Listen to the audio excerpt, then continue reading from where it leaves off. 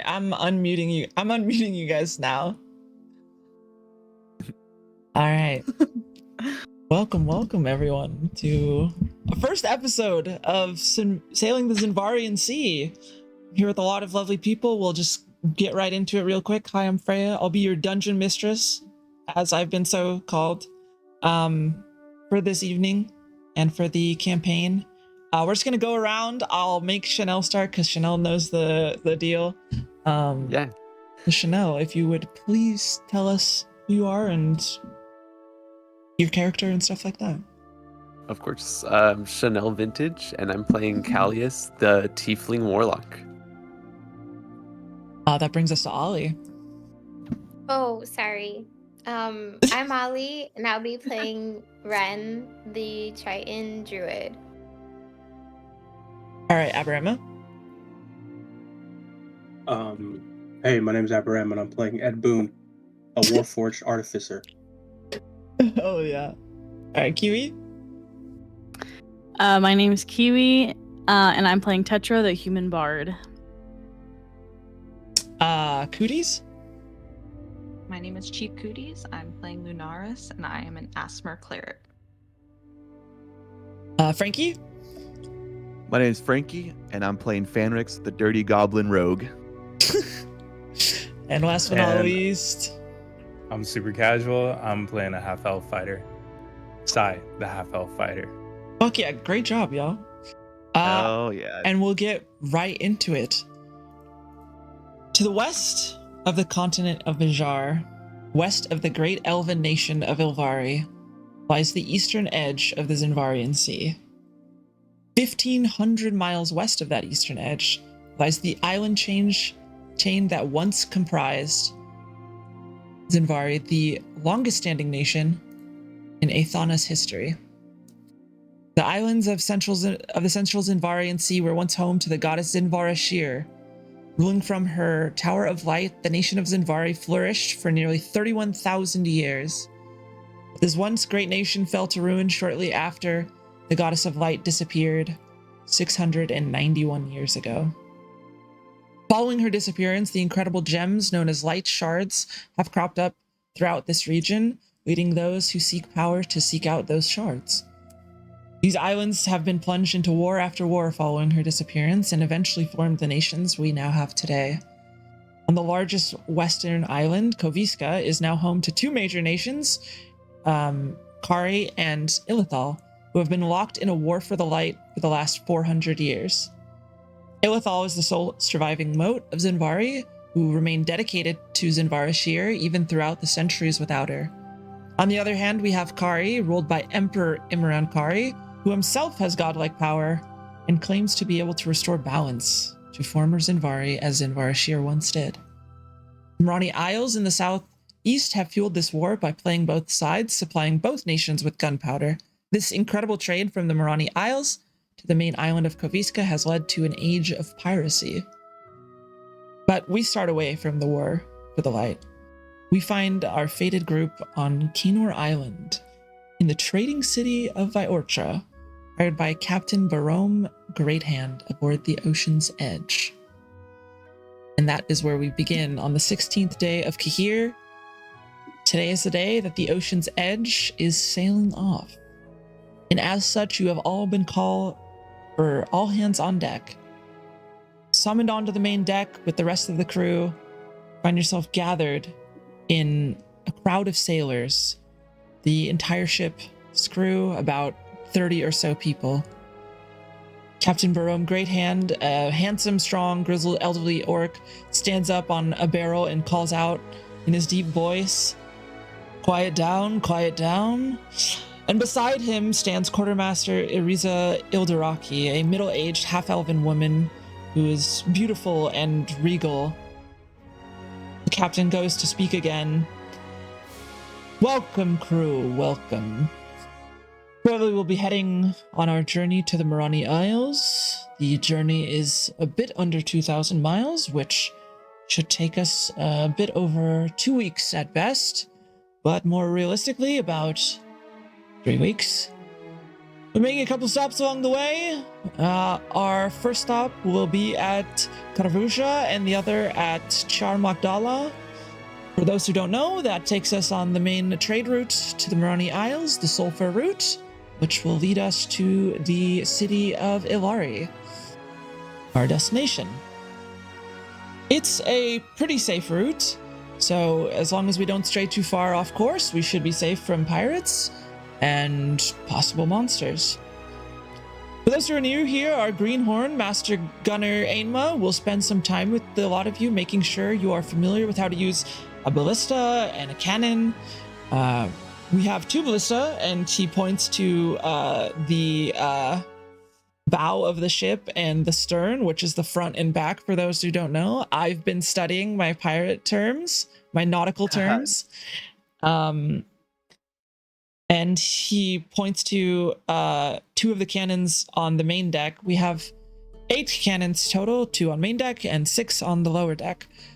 Speaking of greenhorns, and Captain Greathand sort of clasps his hands, and then like starts tapping at his pockets, and then pulls out a sheet of parchment.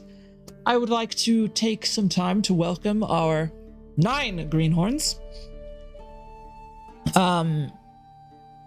Excuse me, 8 greenhorns.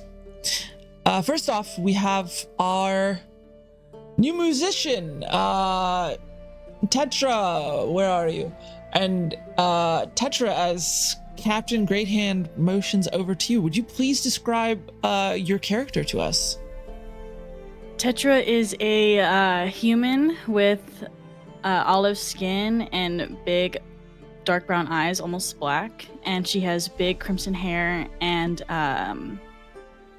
for clothing, she has like a very loose white blouse that poofs up until her bottom, where she has like tight leather pants and long boots, and strapped to her like some musical instruments. She has a violin, and on her left side she has a rapier, and on the right side she has a whip. And yeah, that's her. Is there anything you'd like to say to the crew as he sort of motions over to you? You don't have to. No, Tetra's a little like hungover today, so she doesn't have much to say, but she'll kind of come over glossy-eyed with like a smirk.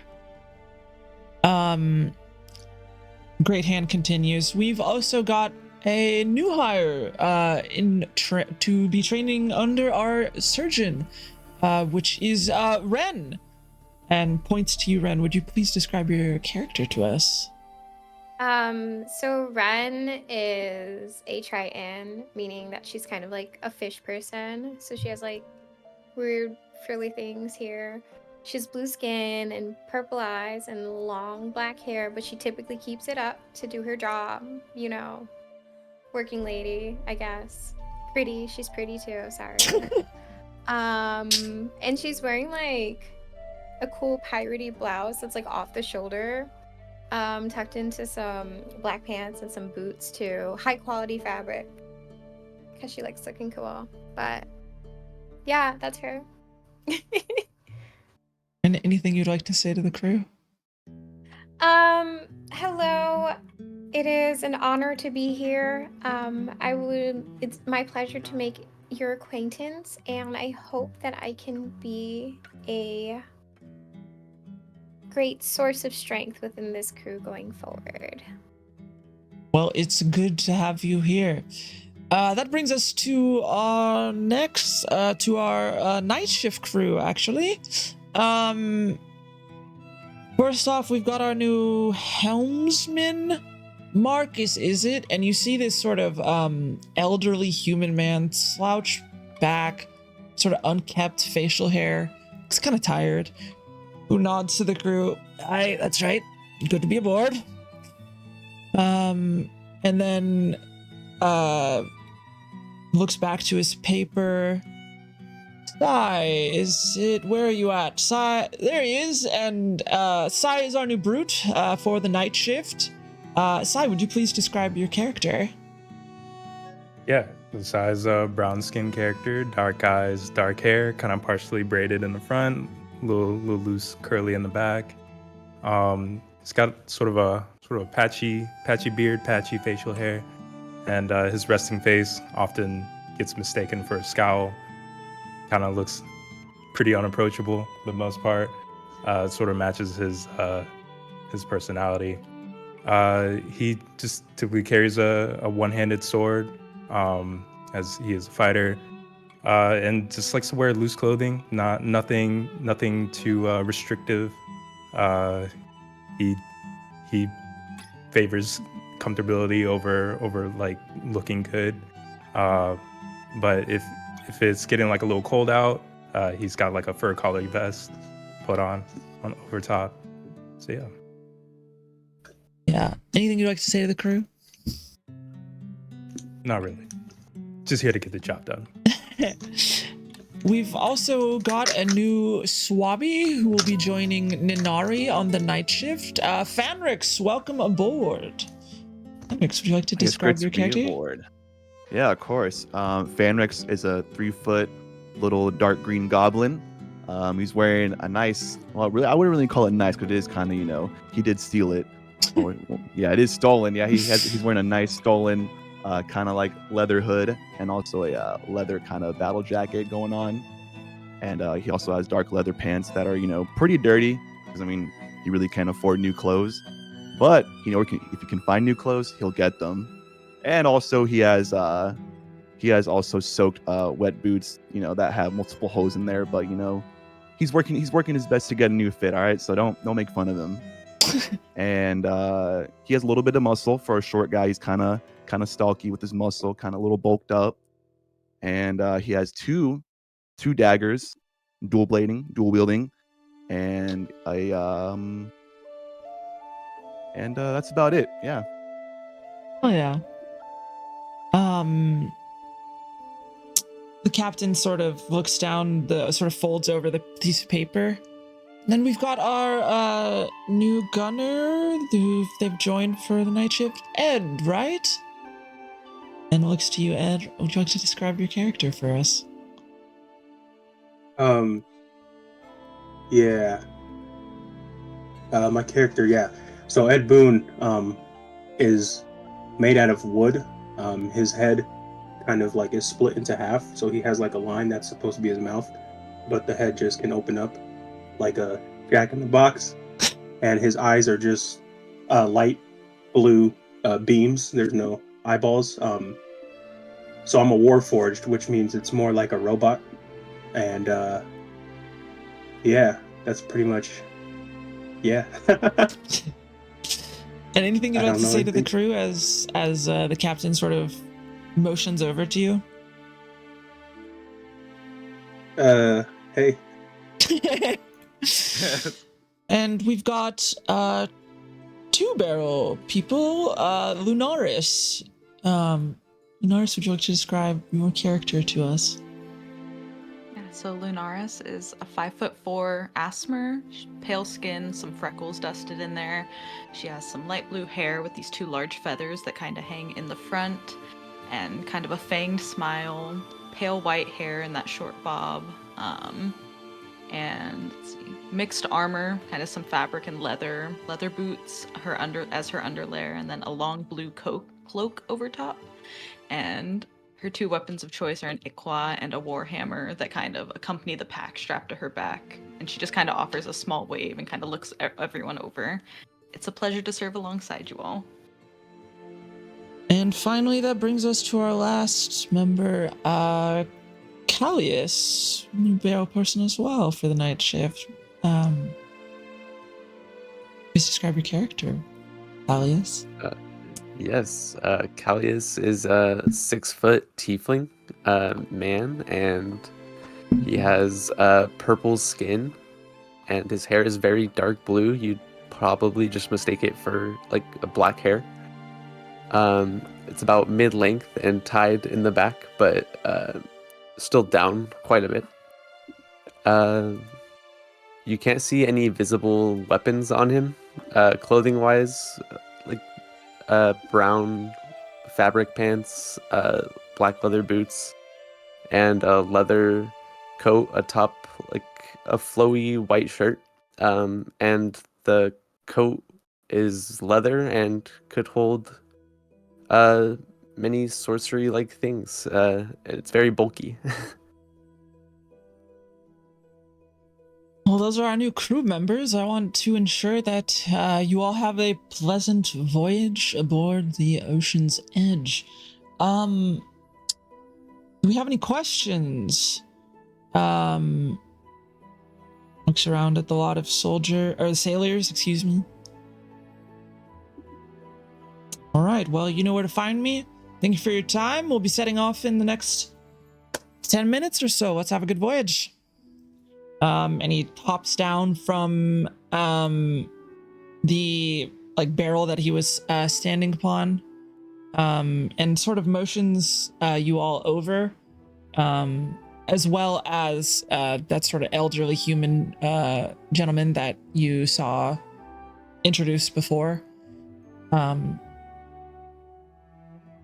I was going to have the Master Gunner take you through just making sure you're familiar with where all the guns and ballista are on the ship, and making sure you know how to use them. Who here has operated a ballista or cannon before?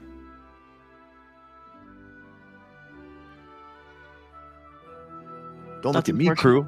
crew. All right. Well, then we certainly will. And you are handed over to the Master Gunner. She's this muscular, middle-aged, dwarvish woman who introduces herself as Huethari Ainma, who begins to run you all through the, how to operate a ballista and a cannon. Ren, you briefly meet with the surgeon, who is a halfling man named Raumir Nia, who asks you to look after the night shift crew, as most of the injuries occur on the first day, especially during night shift. But the day is yours. The ship has casted off, and Viortra is starting to leave your sight from the stern. You'll have to get some rest before nightfall, but is there anything that you guys would like to do during the day before night falls? I don't know about you guys, but I'm kind of hungry. This little guy's got a big appetite. I could eat.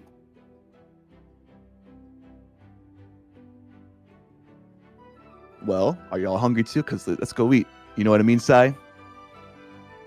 Sure. What is it to eat? I don't know. Do we What do you know of anyone? What do you half elves like to eat? We us goblins, we eat whatever we can get our hands on, even if it's scraps. Well, I'm not too familiar with elven cuisine, but I'll pretty much eat whatever as well. I'm not particularly picky. Let's just hope this ship has good grub. Because you know what? It's a bad crew. The last thing we need is bad food. Good or bad, as long as it gives me energy. True that. I'm totally fine with it. You think we should probably fish for some food, or if one of our crew members know how to fish? We could ask around, see if anyone knows if there's food. I'm not too aware, but aren't there cooking quarters? I would say that you guys would know that it's on the lower deck where you sort of congregate and eat. There is basically a mess on the lower deck, and so yeah, there is a cook aboard. You can absolutely get food, especially at this time of day. You wanted to head down below because you guys are on the main deck, which is the highest deck. There's the main deck, the lower deck, and then the cargo deck on the all the way down. So if you want to go to the lower deck and inquire with the chef, you absolutely can. Or the cook. Chef is maybe too nice of a term. Too nice. Well, Sai would absolutely love to go down there with or without Fanrex or the rest of the Absolutely. crew. I would like to join if you don't mind. It is recommended during your average diet that you consume at least some sustenance to get you through the night. Hey, you know what? He's right. Let's go see what the old cook's up to. I'll follow them. I'll also want to see what the food's going to be looking like over this next little while. Hello. Heading down below are you all going down, or Tetra, Ed, what are you guys up to? I'm gonna wait a minute. Ed? Are you heading down with them, or wait, Aberama? What? Are Wait, you can heading? hear me? Yeah. Are you heading down with them? Wait, it says that you muted me. I thought it wasn't my turn. Wait, what? Oh, I have you muted on the video thing. Oh man, that makes more sense. I was like, okay. No, I have everyone muted Okay. on there. No, would you like to go down to inquire about food with them, or are you staying up on the main deck? Yeah, so I'm gonna let you guys eat. I'm a robot if you guys couldn't tell, so I'm not too hungry. I've never been. So I'm gonna handle business upstairs. And the 5 of you head down to the lower deck. You find down below there's sort of the mess hall is sort of like a long table, just with like, very basic benches to sit at and eat. And you find the cook.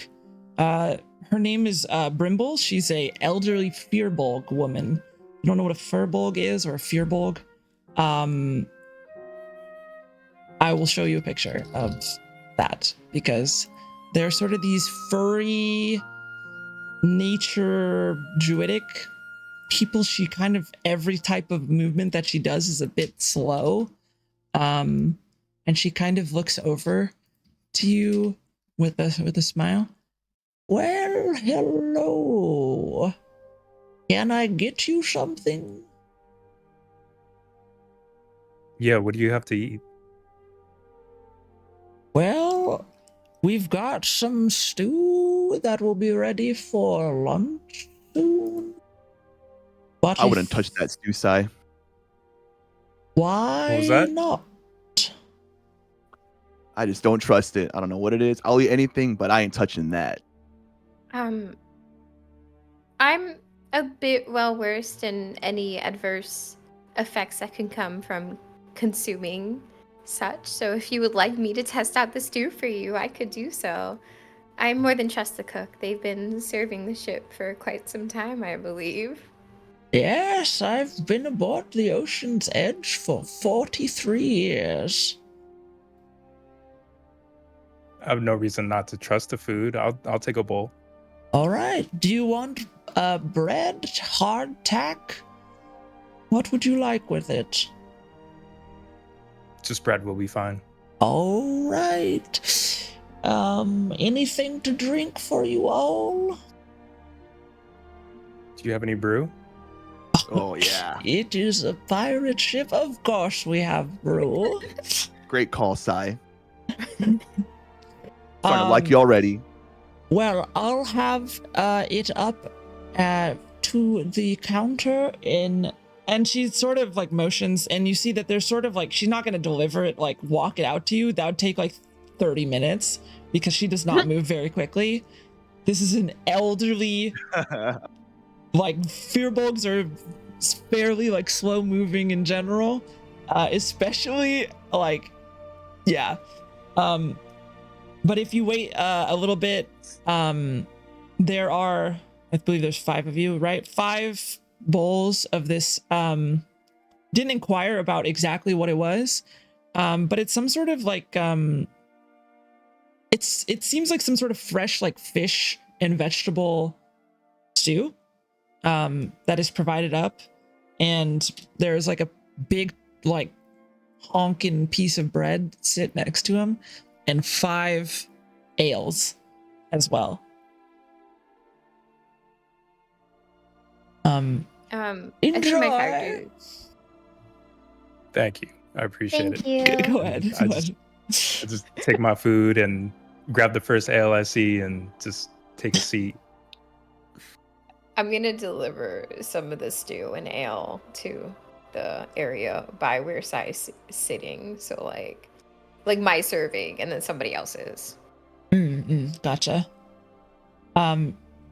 As you guys sort of sit down, you see there's a couple other crew members. I mean, a large portion of the crew is sort of on shift, if you will, right now. It's sort of broken down into the sort of 3 typical shifts that you see in work. There's like the day, and then the swing, and then the night. And you guys are basically everyone except for Tetra right now is Tetra kind of just doesn't have a shift as a musician, but is more so kind of expected to play when there's some sort of like meal being eaten by the higher ups in the crew.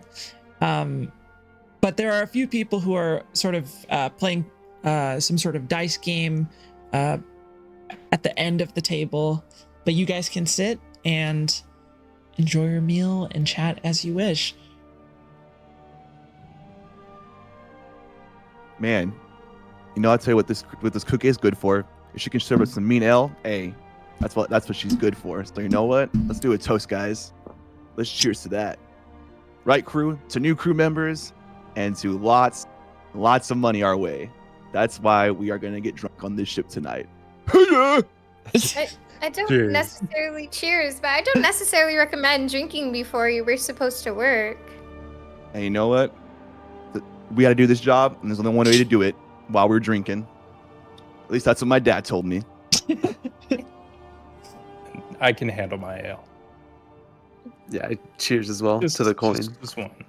Cheers. Hopefully not to drinking till the end of the night. What are you afraid of? Getting drunk? Having a great time? More of being incapable of fulfilling my duties on the ship, and as the assistant surgeon or the one who's studying under the surgeon, I don't mean to put too much importance onto myself, of course, but I would say I'm in a position that it's better to do with a clear mind. Well, you know what I mean, Sai? Someone's got to be the responsible one of this group. And it ain't me. Is it you, Sai? Are you responsible? I'm feeling this Ren person. They might be responsible. Sai's kind of just like minding himself, just really like into eating his stew at the moment. Sort of just ignoring Fenrex. He's too busy stuffing himself. Lunaris, I should have Understandable. specified. Did you go down with them? Yeah, Lunaris is down there. She's kind of like hanging by the counter. She's patting the counter, hoping that Brimble will come back because she wants water. She doesn't really want to drink right now. She's inquiring. Did you happen to have any water? Of course, dear. And she sort of takes the ale back like away and like takes a sip of it and then sets it down next to her and goes and fetches you some water. Anything else that I could get you? No, that'll be all. And then she takes the water. Well, thank you. Alright. And then goes and joins them at their table. Of with her food. course. Upstairs, Ed and Tetra on the main deck. What are you guys up to? Tetra was finishing a smoke, so out of her pipe. So after she's done with that, she would like ash it off the ship, and then start heading down. So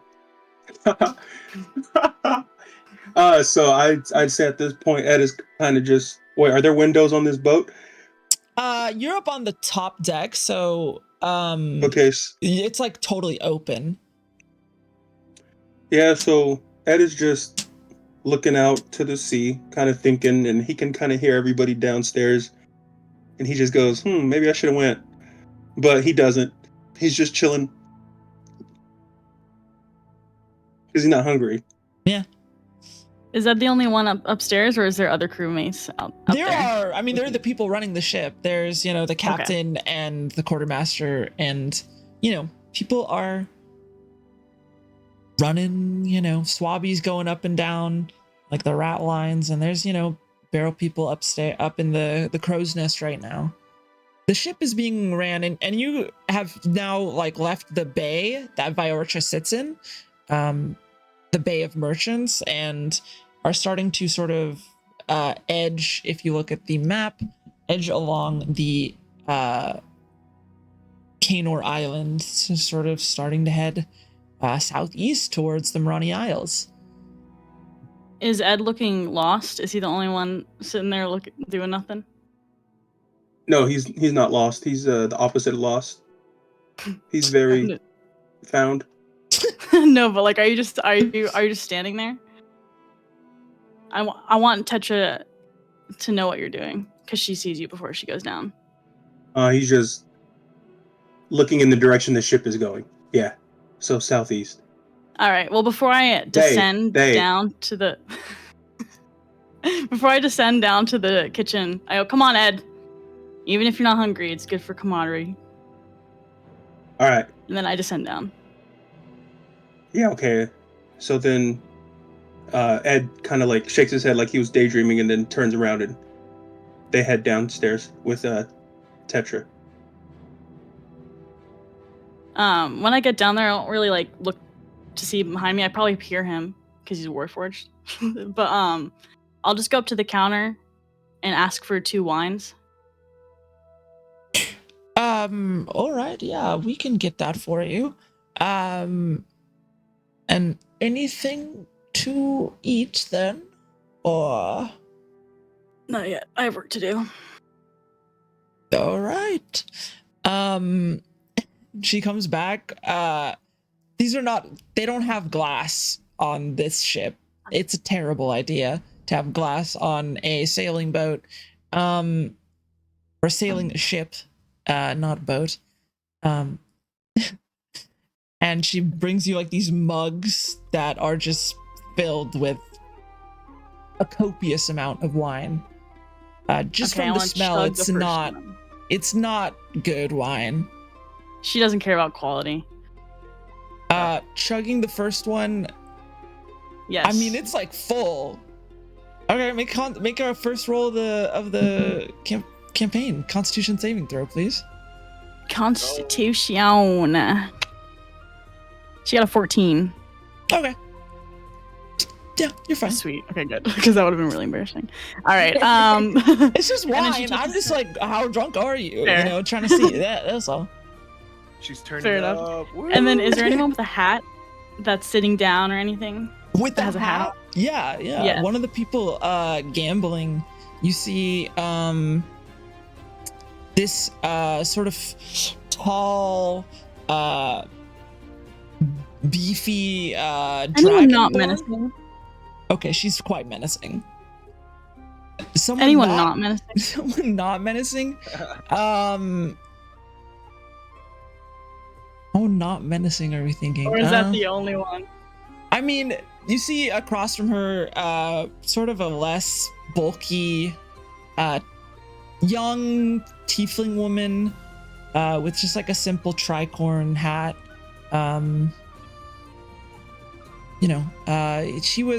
You've seen her around a bit. This is the bosun, who's on the ship, which pretty young for bosun, but she's sitting and across from this bronze dragonborn woman, as well as there's a middle-aged elven woman sitting with them, and the three of them are just doing some sort of dice game gambling right now.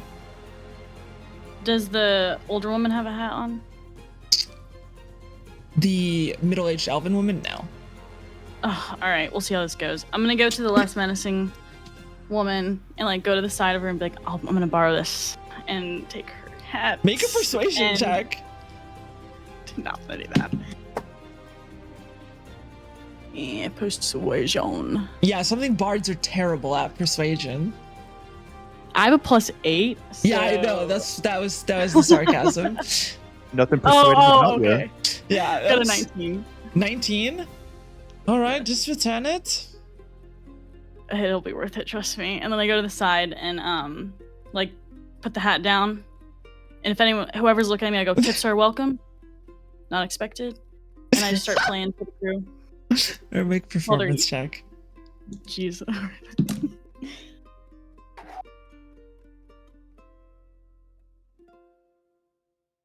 Performance plus shit. Oh, 24.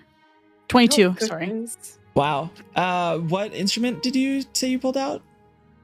I took out my violin. I Violin? wanna start strong.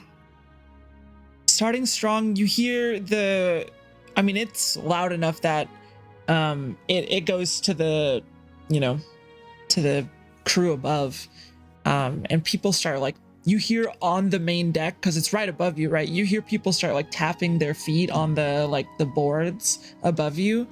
That makes Tetra smirk. People are into it. People are very into it. As you guys have music to have along as you eat. Anything else you guys would like to do as your feast continues? I think the alcohol got to Fanrix. I think he's feeling lucky. He might want to get a shot at that table down to the right. He notices a group of gambling men. I think I want to try my shot at that. I'm feeling pretty good. Before you go, would you like to take the rest of my ale? Oh, heck yeah. Give me that. He takes the L. Make a Constitution saving Proceed. throw. Oh, wait. If you're, Was that if you're drinking the rest of that, make a con save for me. Okay, where do I do that at? And Ren only had a sip, so that's nearly full. Where? You say where is it? at It should again? be on like the top left, I believe. Does anyone have it up Okay, right yeah. now? Okay, I see Constitution. Yeah, did I just click that? Sorry for immersion. My bad. No, you're chilling. Okay. All right, ready? There's a saving throw, and then there's just the Constitution. So I don't know. just see Constitution.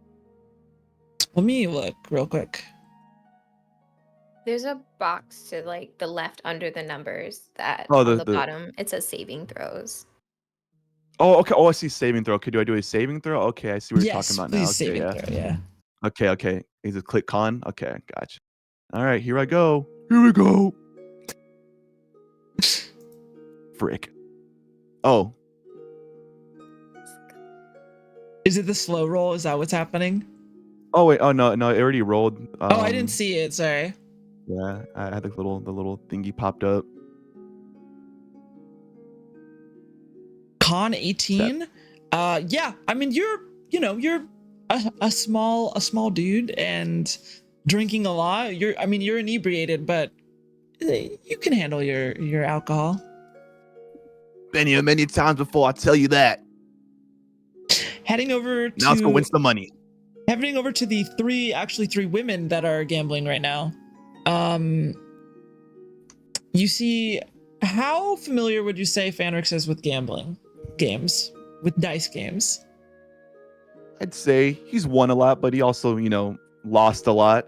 I'd say he's so in between. He's still coming back from a huge loss that kind of made him not change his clothes out for a number of weeks. So I'd say he's kind of a little bit in the dumps though. But right now he doesn't feel in the dumps because he's very, very inebriated. But he's handling it great. Hey, you played 14 before? Can't say I have. You want to play?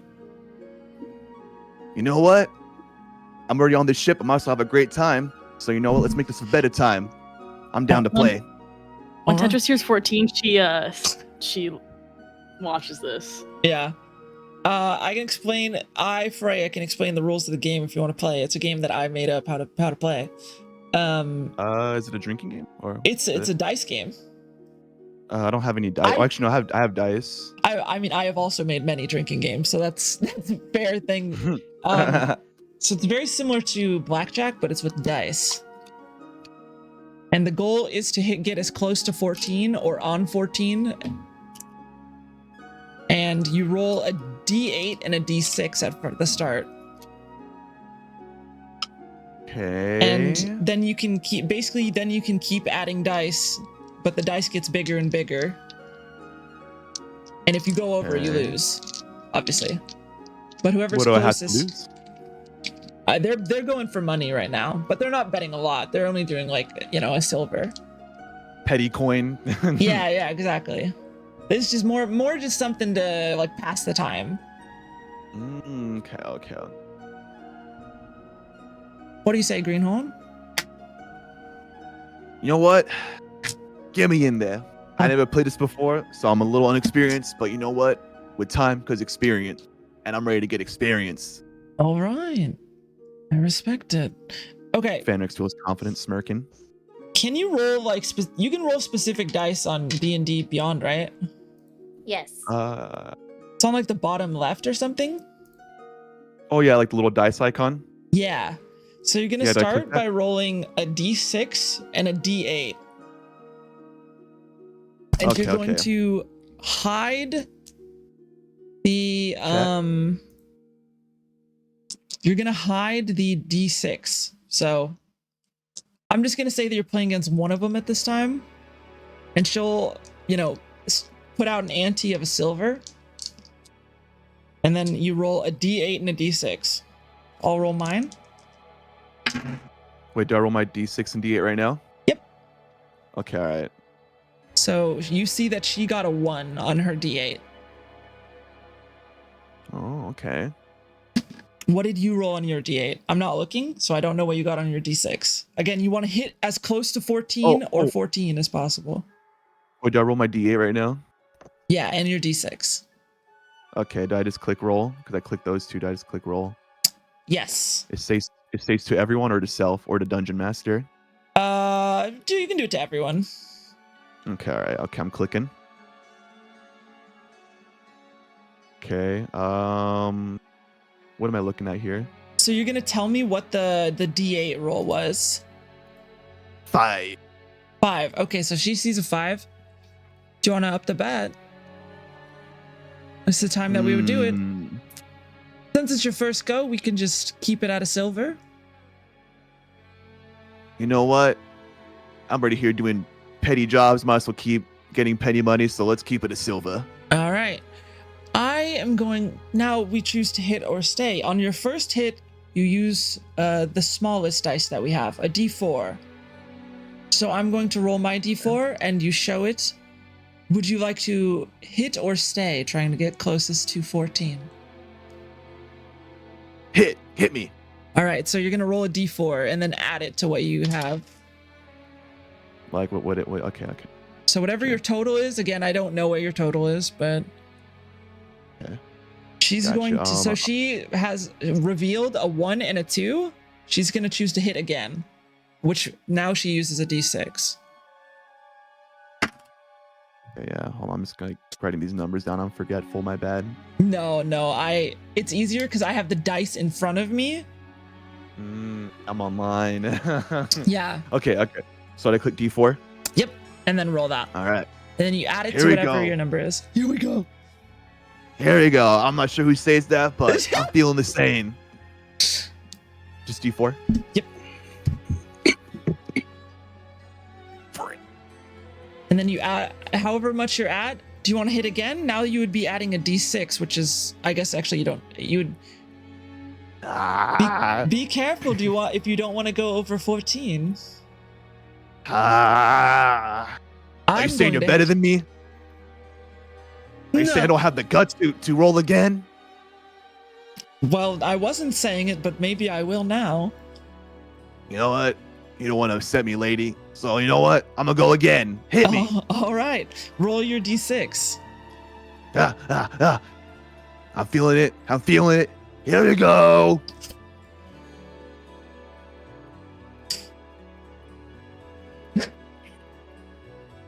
You know what? I think I'm out of this table. Are you gonna stay then? What do you mean, like stay? I like. Like no, stop hitting, because then you would use a D8. Yeah. She's gonna hit one more I time. think I'm done. She's got 4 total revealed. That's it. She's gonna roll a D8. She rolled a 1 again. She has 5 total revealed. She's gonna hit again. So basically each time you hit, it goes up. Okay. So now she's at a D10. So it's riskier. The more that you hit, the riskier it gets to keep hitting. Okay. So if she rolled like a 10, she would instantly bust. Nice. Which she did. She didn't roll a 10, but she did bust. All right, Solid, you can have very my solid. you can have my silver then, Give me that. because she rolled all the way up to 15. All right, no need to be so aggressive. Do you want to play again, or do you want to finish your food? I didn't order any food, so you know what? I think I better go get food before I get more hammered. All right. Franrix walks away from the table, disgruntled, angry with this petty change. What am I gonna waste this on? This crew? Anyway.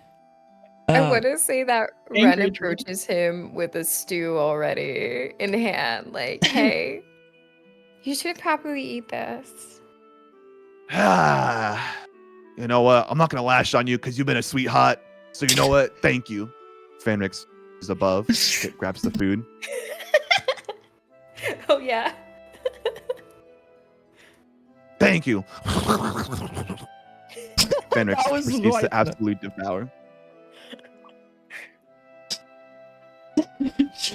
Anything else you guys would like to do before night falls? I want to go hit that table now.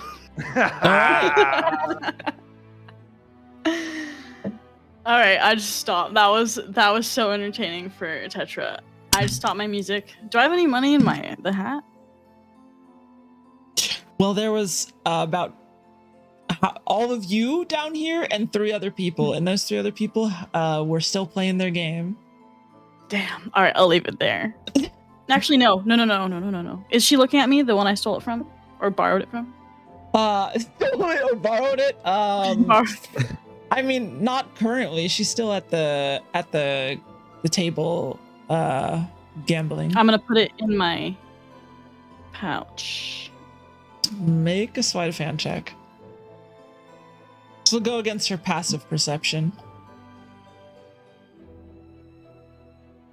These new die are nice to me. I will say, Sleight of hand. she still knows that you talked to her and said, "Can I have your hat?" So Dirty 20. Yeah, she doesn't see you pocket it, but like also she still knows you have her hat. I'm gonna play later. I put it in my pouch and I go to the table.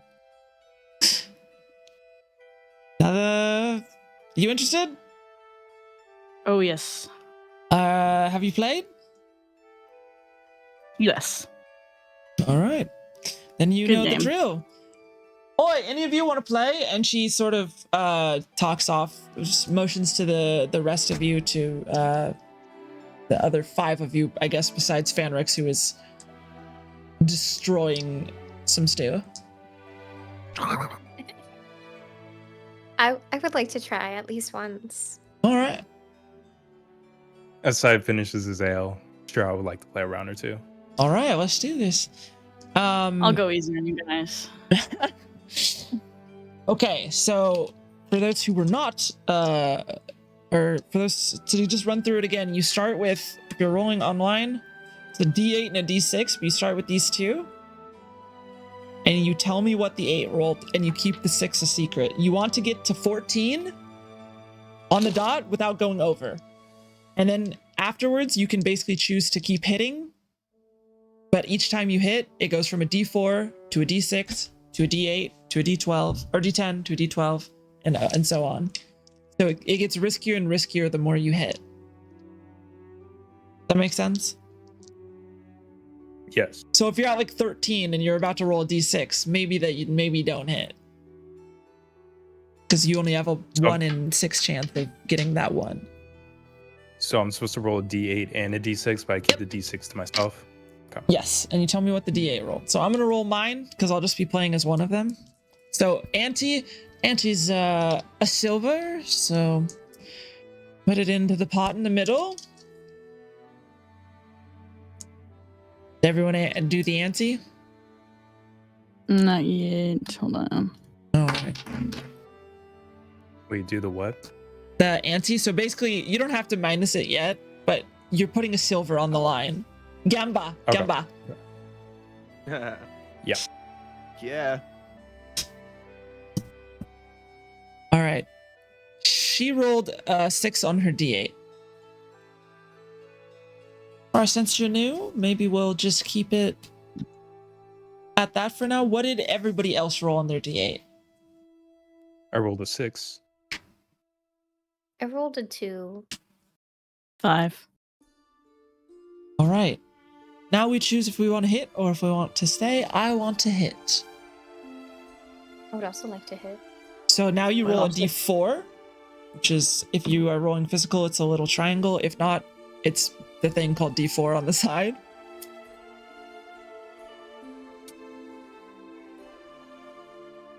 All right. I will stay. Does anyone else want to hit? I would like to I- hit again. I will stay. All right, so now it's d6. Staying. Okay, I would stay. All right, now we reveal our hands.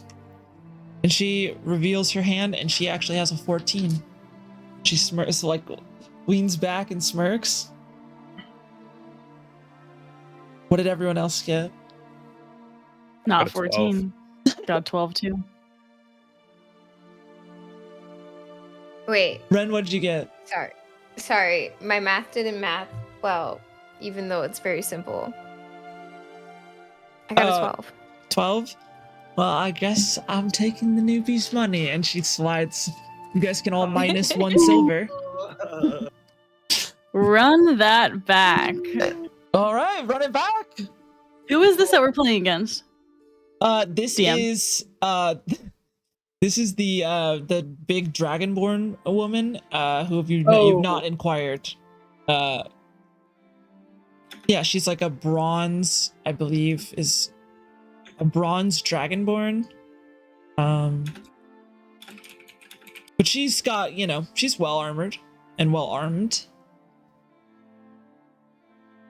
Okay. But it's not like let the Wookiee win. She's probably not gonna rip your arms off if she loses. Go again? Fair enough. All of you? Absolutely. Yeah, I'll go again. One more. I'll Ren? try one more time. One more? Alright. Alright, she has revealed an 8. I'll stay. Sure you will. It's actually I'm crazy. hitting. Hitting? Oh, what about you guys? I need a roll again. Wait, I need a roll. I'm gonna hit again. Okay, I'm D4. also gonna hit. D4, right? D4, yep. Okay.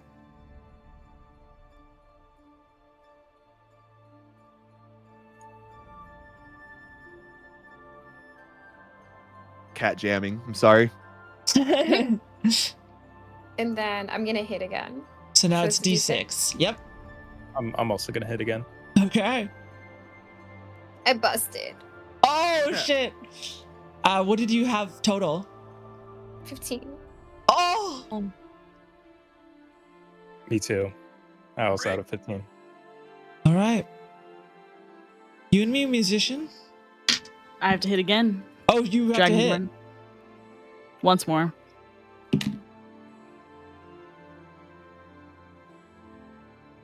I have to hit once more. D4, D6, D8. Yeah.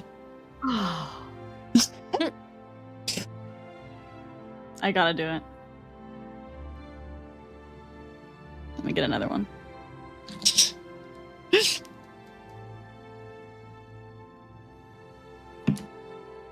What the hell?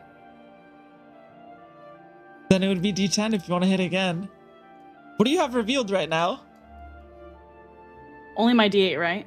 No, it's all, Oh, no. all the additional die that you roll. I have a 3 on my D8. And then on my D4, I have a 1. And then on my D6, I have a 4. so I'm gonna hit again. Oh, Okay. and then with my other D4, I have a 1. Your other wait. D4? Just kidding. No, that was my D8. I'm sorry. Okay, I'm hitting again. Wow, you're crazy. Do it. Here we go. Here we go. Go.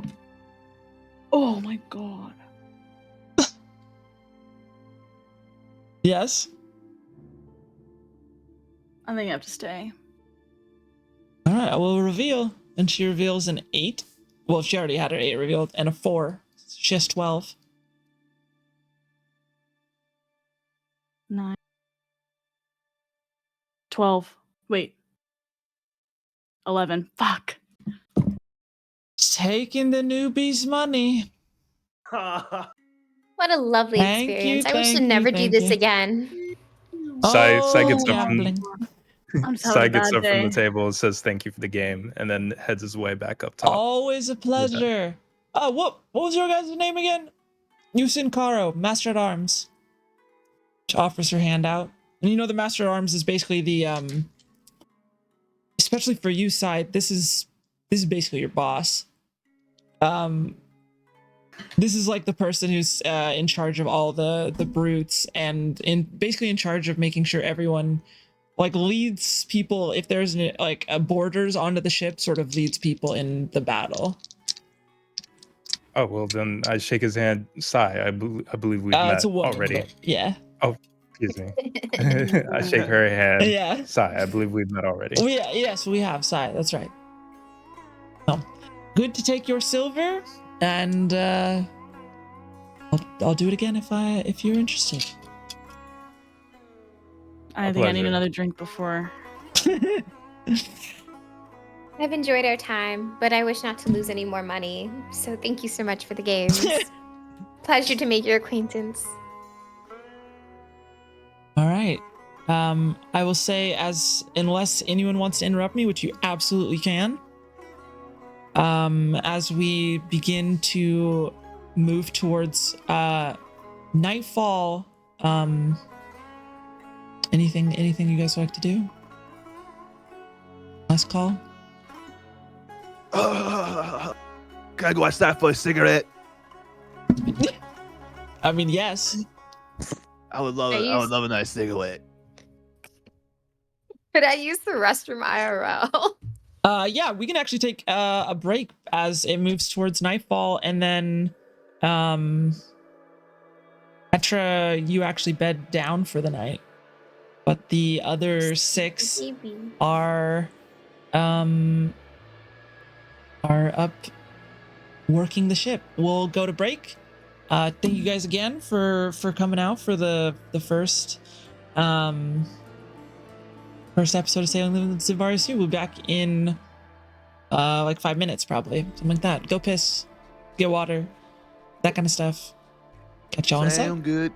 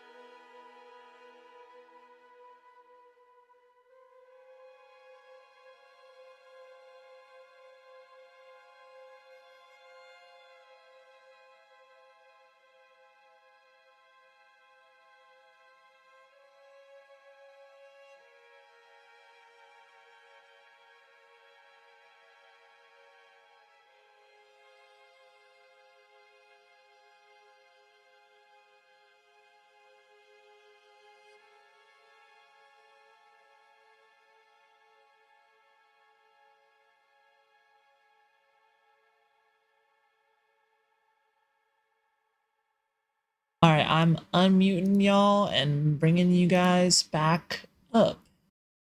Oh, do I need to redo yours?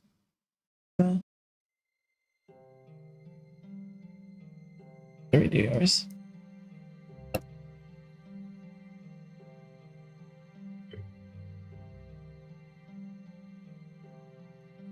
There we go. There it goes. Welcome back, everyone. As night has fallen, the 6 of you, minus Tetra, are upstairs on the main deck. On the main deck, running the ship. You have our 2 barrel people, Lunaris and Callius, up in the crow's nest. You've got the 2 swabbies, which is Fenrix and someone who is already established as being on the ship, the sea elf, or excuse me, the wood elf woman, Ninari, who you were introduced to, and she was at the table that you were gambling at, running sort of the lines and the making sure the rigging and talking with the helms person who introduced himself earlier as Marcus, one of the new hires, making sure the rigging and the sails are adjusted properly. Up top, sort of on the rat lines, you've got Sai, who's sort of more down below, moving anything. Railing lines, it took me out. Sort of moving anything that just needs to be moved for the swabbies, and same with Ed, doing that. And then you have Ren, who's mostly just looking after, making sure no one gets hurt. But can I get a perception check from both of our barrel people, please? Yeah.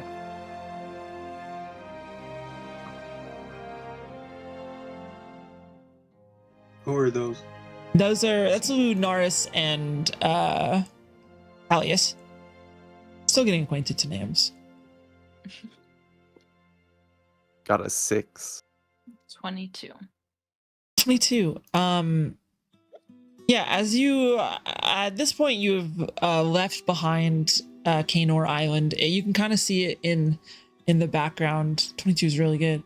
And even with the darkness of this time of the month, which at this point the largest of the moons is a new moon, so it's not super light out, but you're able to still make sure that there's no danger on the horizon, and yeah, the coast is clear for now, heading in the right direction. Petra, what do you think you're dreaming about?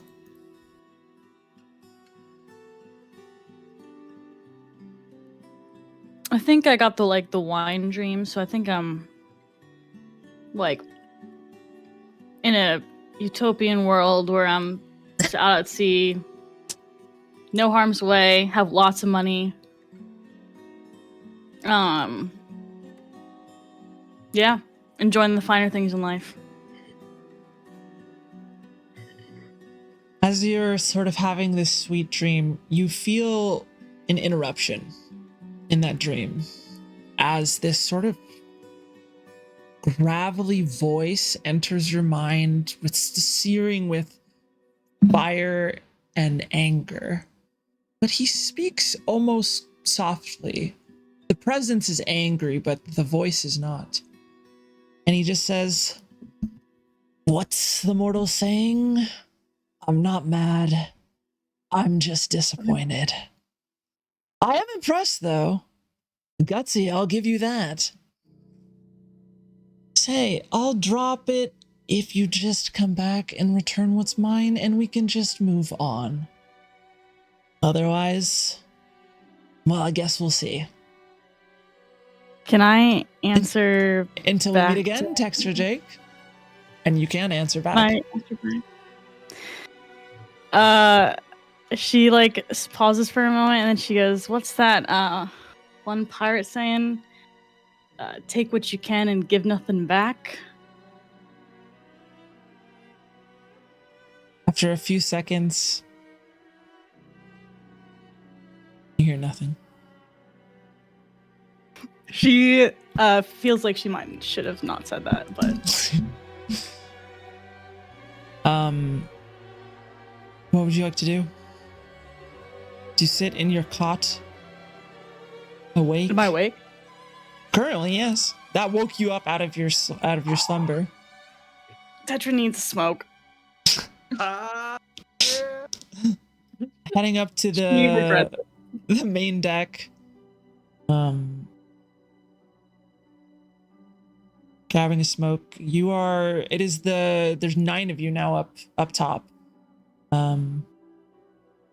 The 6 of you guys see her come back up onto the main deck from below.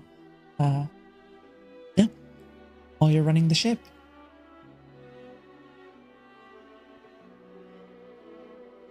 Good work, team. Would you guys like some tunes to accompany your hard labor? I would love some. I'm always down for a good jam. All right. Can we Like- hear her in the crow's nest? Yeah, I was gonna ask. You're not. This isn't like a super big boat. This is one of the like larger sloops. It's about 90 feet long. The mast is probably. Oh God, I didn't look up how tall masts are. Probably like 40, 50 feet. So she's pretty quiet. But if you were projecting your voice, then yeah, you could probably have heard. I can project my voice after. What say you, barrel people? Would you like some tunes? Yeah. Would you like more flighty or more like energetic? Heavy. Heavy. I want it heavy. Just like us goblins back at home, we like it heavy. Heavy. Do I have my lute? What instruments do I have? Hold on. Ooh. Yeah, my violin's gonna be the heaviest. I'll do my violin. Not. Make a performance check for me.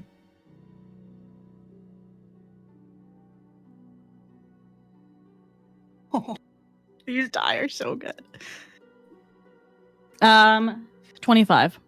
Ooh. Sort of inspired on by that, the you continue on with your night shift. A lot of the time, Ed, Sai, you're doing sort of the work on the ground, while a lot of them are up top, above, sort of in the rigging and in the crow's nest. As the hours pass on, can I get a survival check? And I would say Fanrix, actually, you have advantage on this survival check, which means if you press the thing, if you right click, you can choose advantage. So Fanrix, you have advantage on this. On where am I clicking at? The survival. the It should be in like the middle left, I believe, but everyone can make a survival check. Yeah. Survival. And then just you can just ring them in. I'll take the numbers. 20. It's 22. okay. 21. Wow. 15. 19. Ed, Fanrix, Three. what wait. I don't get a You have notice. advantage. Wait, don't you have advantage? Do you get to roll again? Yes, you have You are. advantage. So you get to roll one more time. These are crazy Come rolls. on. Shouldn't be happening on camera. So for this at home, Fanrix rolled a natural 1 and a natural 3, so total of 6. And then That's Ed, about me. did you roll a survival check? Sorry. Wait, hold on. Wait, can I DM you something? Yeah. Well, I'll do it in a second. What are we rolling for? I'm just asking for everyone to make a survival check. There's something you Survival. might be able to glean. 11. Okay, this was a DC 18, and somehow 4 of you made that. Lunaris? Wait, Callius, what did you roll? Sorry. 15. 15, okay, yeah, that's right. So on the DC 18, Lunaris, Sai, Ren, and you had natural 20, Tetra? I did. You guys are not, like, you guys should be moving southeast. And over the last couple of hours, you've noticed that the ship, which again should be traveling southeast towards Klarvuja, is not. It's been turning. And it's now turning to, and so you've been noticing it, for Lunaris, it's really like looking at the stars. And for Tetra as well, and Ren, as I would imagine as well. But for Sai, for you, it's about how you're like helping the Swabbies move the sails to catch the wind, because it has been altering a bit. The wind is still coming from the same direction, but the sails are different. You guys are moving in a northeastern direction right now, and even heading more towards north. For the four of you who noticed that, which was Ren, Lunaris, Sai, Tetra, I believe, what would you guys like to do? Yeah, I would like to blurt out. Has anyone noticed we aren't moving southeast? Looks like we're going. Now that you say that, looks like we're going north, and I would like to go anywhere but north, to be honest. Who's steering the ship? The man at the helm is the elderly human man. Marcus is his name. Just kind of, lazily, sort of, absent-minded, steering the ship. No, we're still heading southeast. Keep Are you steering. sure? Yeah, Can I no, make that can't be a- right. Can I make an insight check on this? fool? Yeah, go for it. To see if he's lying or if he's just On doesn't this know where fool. he's going. Yeah. Insight 18. Anyone else like to make an insight check? I'll Okay. also do one. Could I do a perception check to see if there's any other factors that's messing? Yeah, I'll say give me a perception, or you could even do like a nature check, to be honest. If you're looking for more like, is there something wrong with the ship? You could do perception. If you're looking for like what natural factors at play, like if you're being steered off course, I would say that would be nature. I do both. So sure, it'll give you different stuff. So what was your Ew. insight, Sai? Or actually, 23. we'll do the wow. Okay, we'll do the perception and nature check roll first. Big ass. Bad on both. I got a 9 and an 8. The 9 and 8. I mean, it's hard to tell. Ships are not as much your forte, especially like the. Yeah, well, I'll leave it at that. With a, what was it, 18 and 24?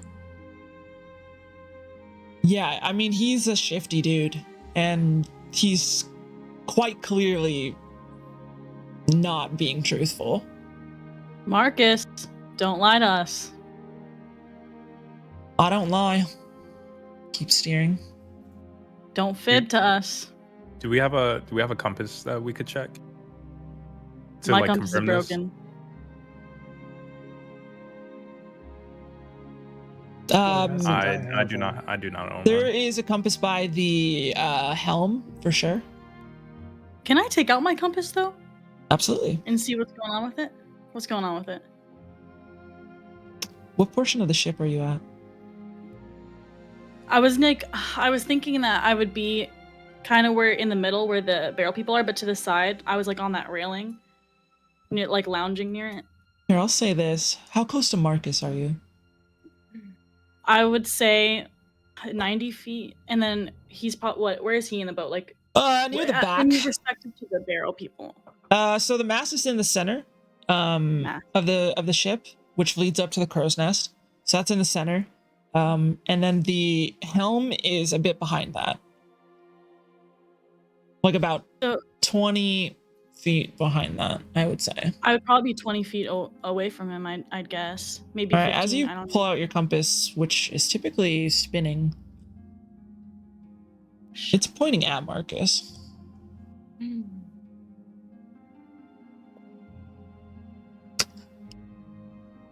Shut up. I go over to him. I start walking over to him. I joined Tetra. And then can I, like, if I move, like, when I'm moving, do I see the compass, like, still Yeah. move to him? Yeah. I'm gonna follow them for medical inquiries into Hey. Marcus's How health. about you let me do my fucking job, and all that I don't you think do you're doing yours. your job, Marcus. I'm only gonna say this once. Get back. Is everyone watching this? I would say, Well, I'm there's present, like yeah. Ren, Sai, and Tetra are like at him. Does But the I would captain know say- you're doing this? doing what? Steering us north.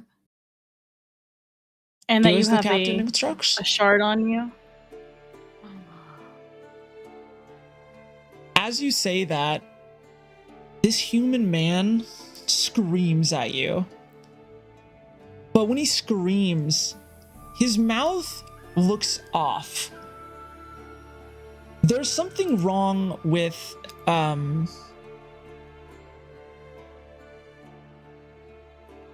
there's something wrong with his teeth. They are sharp and jagged. And as you guys get close to him, something that you didn't notice before is that there's a small line in his face. And it starts to become a little wider and wider. And as you look close, in a split second, his face below the eyes rips in half into this great mouth with sharp needle-like teeth lining the entirety of it. And the sleeves on his arms rip away as these sharp fins tear through his shirt. His hat falls to the ground as whatever humanoid hair he might have had has been replaced with these long tendrils that go down into his mid-back. His skin turns gray, his scaly and glistening. And Fanrix, as you look to the other crew member, Nanari, she sort of slowly starts to morph into a similar looking creature. And he Jesus screams, Christ, what the hell is that? and he screams, "It's ours. Ours to take to Garaxa." And I'd like everyone to roll initiative. I would like to point at Sai, and I would like for both of us to shoot first. Okay. You're gonna have to tell Sai what that means. Sai, you look like you're a heavy hitter, so we're gonna go first. Sounds good. I rolled an initiative of 19. Also rolled a 19. Okay. If you click on play, that'll bring you on to the board. Do I also roll initiative? Everyone does, yep. And if you want to bring your tokens on, I will actually doom. You click launch game? Yes. Alright, okay. Oh, these graphics are amazing, man. So I will say I don't see launch game, girl. launch Little maps, play sorry. button Or play at the top. next to the campaign. So I would say that Wait, what? in the campaign, I can also Launch game. yeah, gotcha. launch game.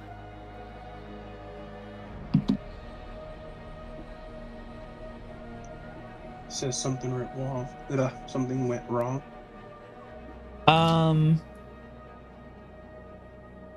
I can always Oh, man, that- stream my screen. That Marcus pick is awesome. Right? It's freaking heavy, man. It's heavy.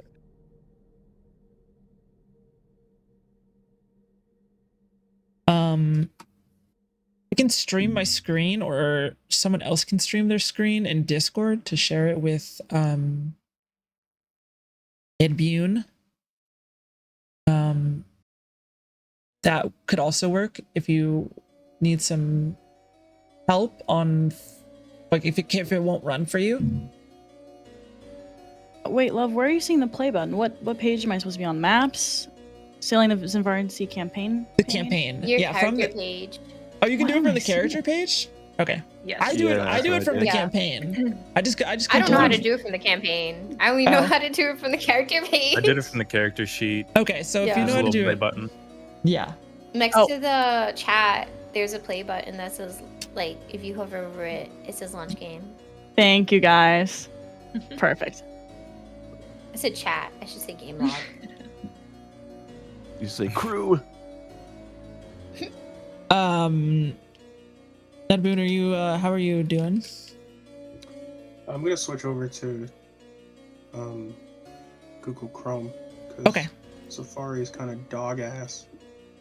I think it's a Safari thing. It might. If you've been having issues with it before, then yeah.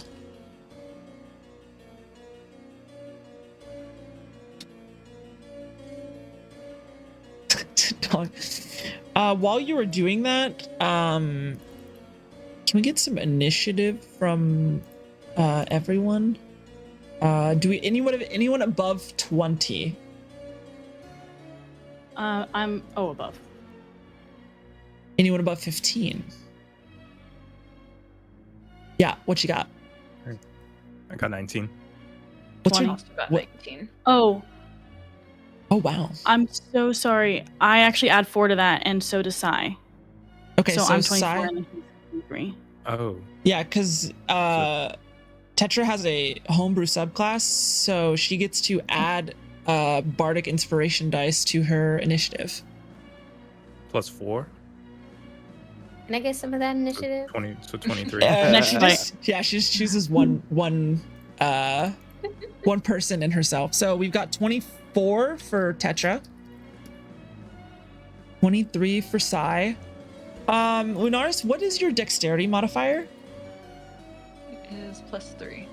Okay, then you go above the other person who rolled a 19.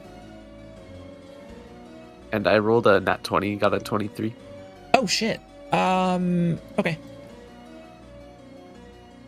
Who has the higher, or you guys can decide who wants to go first between Sai and Callias. You could go first, say. You're down there. Yeah, I can go first.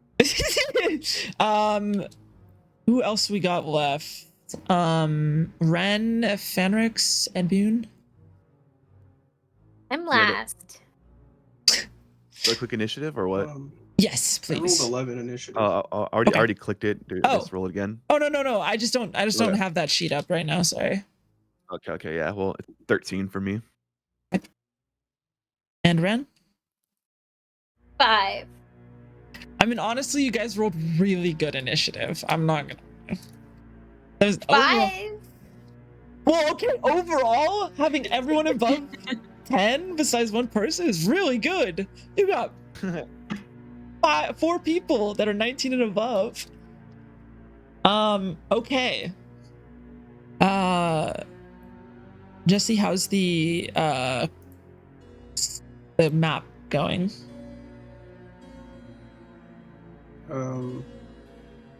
Sorry, I'm actually almost done.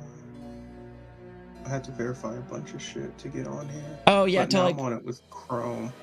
So okay, so I go to my where is you said character page, you guys, right? Mm-hmm. Yeah, I did Yeah, my if you go character. into the general chat, I took a little picture and circled it. Oh, nice. You can see.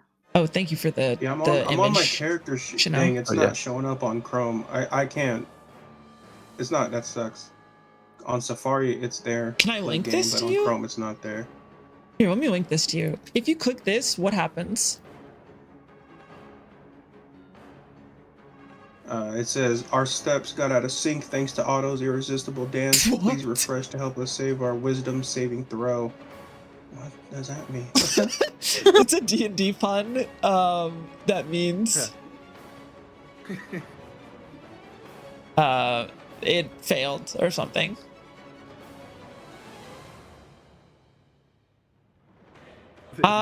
Can someone stream their screen? Please. That's possible. Just don't want to There you go. crash my game or my Yeah, that's computer with streaming 2 different things. Yeah, when I click your link, it's the same thing. It says our steps got out of. Yeah, I'm not. Yeah. Okay, I'll try to figure it out with you next before next session. Okay. Okay. So yeah, sorry about that.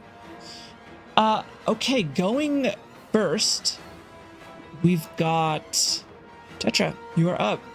You see this guy's face split in half, as he screams out at you and begins to, like, his hands shift, and he's about to, like, swing on you, probably. Is he a humanoid, technically? It's a great question. I will figure that out for you right now. Yes, he is a humanoid. I would like to hold person. Okay. What is that, wisdom saving throw? That is a... Oh my gosh, hold on. I'm pretty Sorry. sure it's wisdom saving throw. Hold person. Wisdom saving, yes. All right. He's got a +3. Rolled a 6. That's a 9. He is held. Beautiful. He is I like to hold paralyzed. person. Step away to the back. Let me tell you where. Oh, you can I would move like your to character. go. Oh, I can. Oh my gosh, You beautiful. technically you can move like every character, but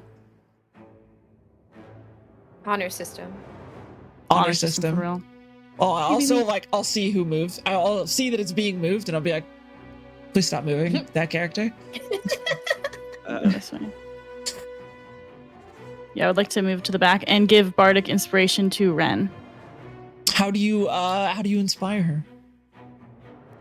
I take out my little ocarina and I do a little ditty. You have a bardic inspiration dice, Ren, which means you can add. Is it a D6 at this level? I believe a D6 to Here. a D6 to attack roll, saving throw, ability check. I just hold that on me. Yep, it's you just have it. Thank you. Of course. Okay. With that being your turn, that brings us to Sai. Sai, you are up. You're right next to this guy who, again, not who he, but as he's like screaming and going to slash, his like hand is quite literally in the air with these like massive claws coming out of it. Tetra and is paralyzed right now. Which I got two questions. Is he armed with any weapons at all? Like yeah, currently? he has like a short sword, but it looks like his hands are also weapons. So, Is he like currently? Is it currently armed? I mean, he is currently paralyzed. He did not draw his sword. Okay. Even though he's paralyzed, can I like trip him? Absolutely, yeah.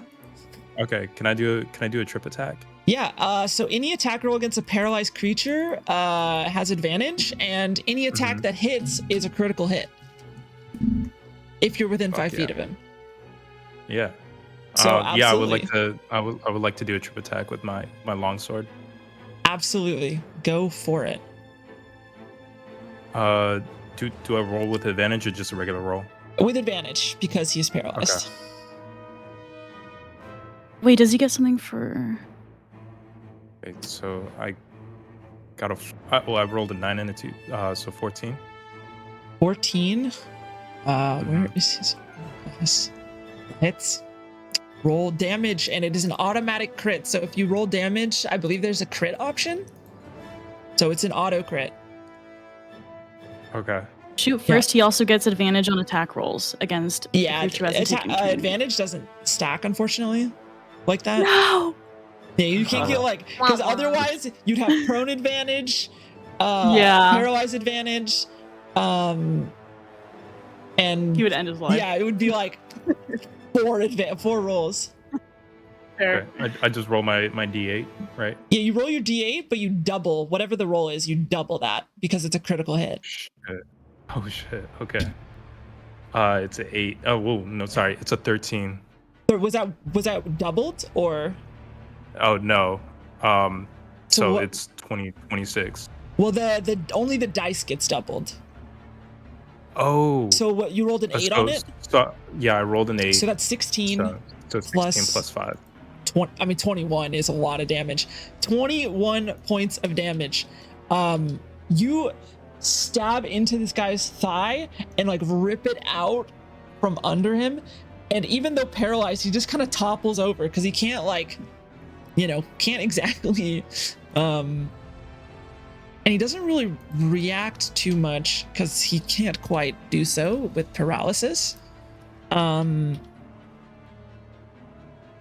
Okay, that brings us. Oh no, sorry, actually- you have. Yeah. Can I action surge and do another attack? Absolutely. Oh, what did he have to make? Sorry, for a trip attack, what did he make? What do you have to make? Oh. It says Yeah, first crit of the spend one campaign, right? superiority die. Yes. So, oh, you get to do double your superiority die, by the way, damage. So you get to roll another d8 and double that. Okay. Big ballin'. Battle Masters. Okay. So I rolled a d8 first for the other attack. Yeah, or for 1 second. Sorry. Battle Master 5e maneuvers. Let me look exactly how it's phrased because there's a trip attack. You add the superiority die to the attack's damage roll. So roll another d8 and just double it, and that's additional damage that you get. So it's not just 21, it's actually however much more. All right. Okay, so 6 doubled. +5. I still add the +5. No, well, you added the +5 from before, so it's okay. So how much was it roll on the roll? It's a 6. 6, so 12. So you did 33 points of damage. Oh no, sorry. The 6 is already doubled. I rolled a 3. Oh, okay. So I doubled. 27 points of damage. Thank you. 27 points of damage at level 3 in one hit is kind of insane. Action surge, go again. Awesome. And I used the superiority die for that for the trip attack, right? Yes. And he has to roll a strength saving throw. Does he have disadvantage on that? Oh, they automatically fail strength and dex. So yeah, he's on the ground. Okay, because he's paralyzed. He can't out strength you when he can't move. Okay, I rolled a 21 to hit. Yeah, hit, auto crit. And then damage again, right? And that doubles? Yeah. Yeah, the dice doubles, yeah. Okay. That's crazy. So 19 total. Wow. That was a... How much damage? You did 46 points of damage in one turn. What the fuck? A heavy hitter. But yeah, wow. Okay. Yeah, you slash this guy's thigh out from under him, and he topples over just without the balance. And then you stab down into like his like upper chest shoulder and rip across, and this like sort of greenish ichor sort of pours out in place of blood. Yeah, that was a crazy turn. That brings us to Callius. You see below you on what are those called? The I always forget what these are called. On the spars, which are basically the things that connect to the rigging from the mast. You see Ninari, as she called herself, begins to transform into this grotesque fish adjacent, I would say, creature. And so does Marcus, but Marcus tenses up, and you just see Sai just unleash a barrage on him. You're about, we'll say 45 feet in the air, because I can look up how high masts. Okay. So, yeah, about 50 feet. Yep. Lot. All right, and in relation to Marcus, where is the other?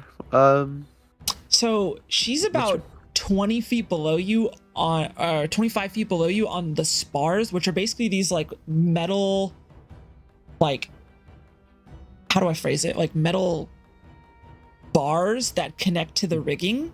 So she's just like up there balancing on it. which is also what Fenrix is doing. It's kind of what the Swabbies do. They go up the rigging and go on the spars and adjust things as needed to like move the sails and whatnot. So she's about 25 feet below you.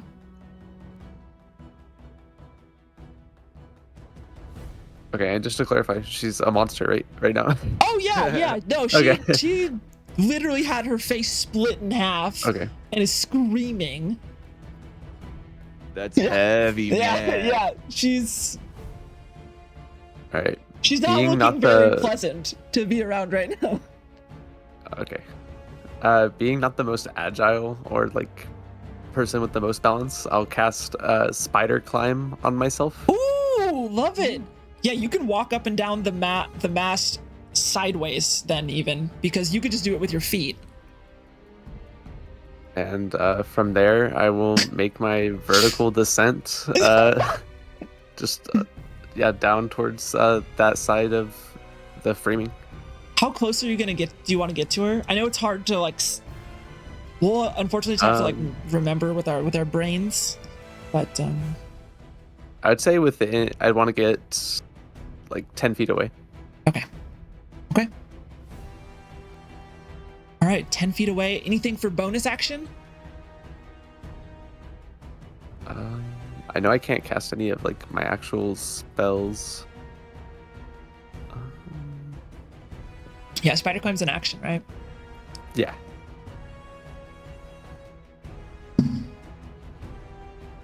For now, no. I would just I kind of want to get like on the post of the mast, Okay. like kind of facing Marcus as well, and like kind of seeing everybody. Okay. All right. That brings us to Lunaris. As you heard like this scream and watched from above this action that's starting to take place, you see Callius quickly like, pull out like a quick like little incantation, and then he just starts walking off the side of the crow's nest. Lunaris, what would you like to do?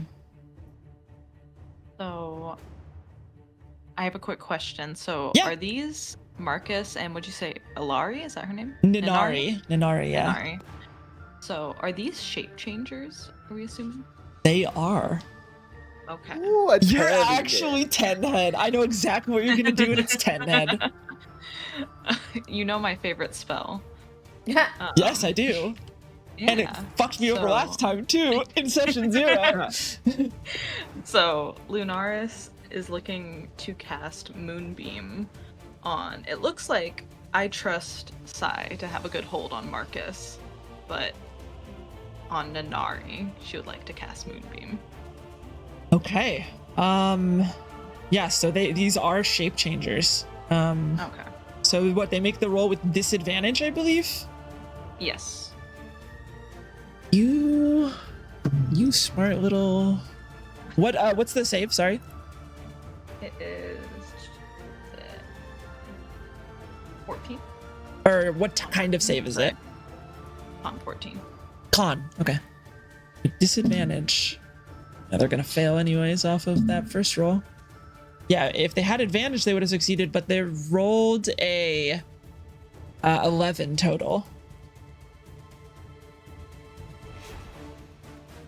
So that is fail. Roll damage, and they take the entirety of it as this beam of light comes striking down from the clouds, like through the sails, onto this creature who shrieks out in response to this beam just melting on her.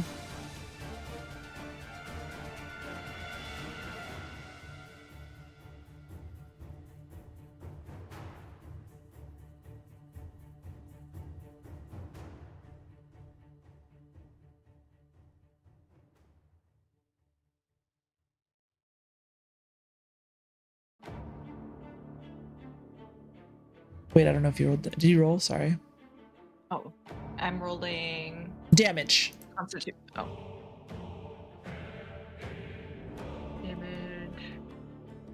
I always do this. Oh, I got you. Yeah. Because they failed. So it's full damage. 17. Ooh, that's a high roll. 17 points of damage as this shape changer shrieks out, and they're sort of almost like fish-like skin with sort of these like gills that have been like popping up around on like her neck. Sort of, you see it almost like burn a bit into her as she takes 17 points of damage. Okay. That brings us to Marcus, who is stunned. Or paralyzed, excuse me. But at the end of his turn, he gets to roll again against your hold person. Unless I am mistaken in how hold person works, Liz. Excuse me, Tetra. It's his turn, right? It is his turn. He loses his entire turn. At the end of his turn, he gets to make a saving throw against hold person. Yes, ma'am. Right.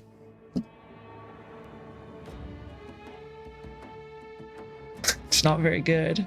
It's not terrible. Where's his bonus? 13? 14 is my DC. Wow. Okay. All right, that brings us to Fanrix. No, snap.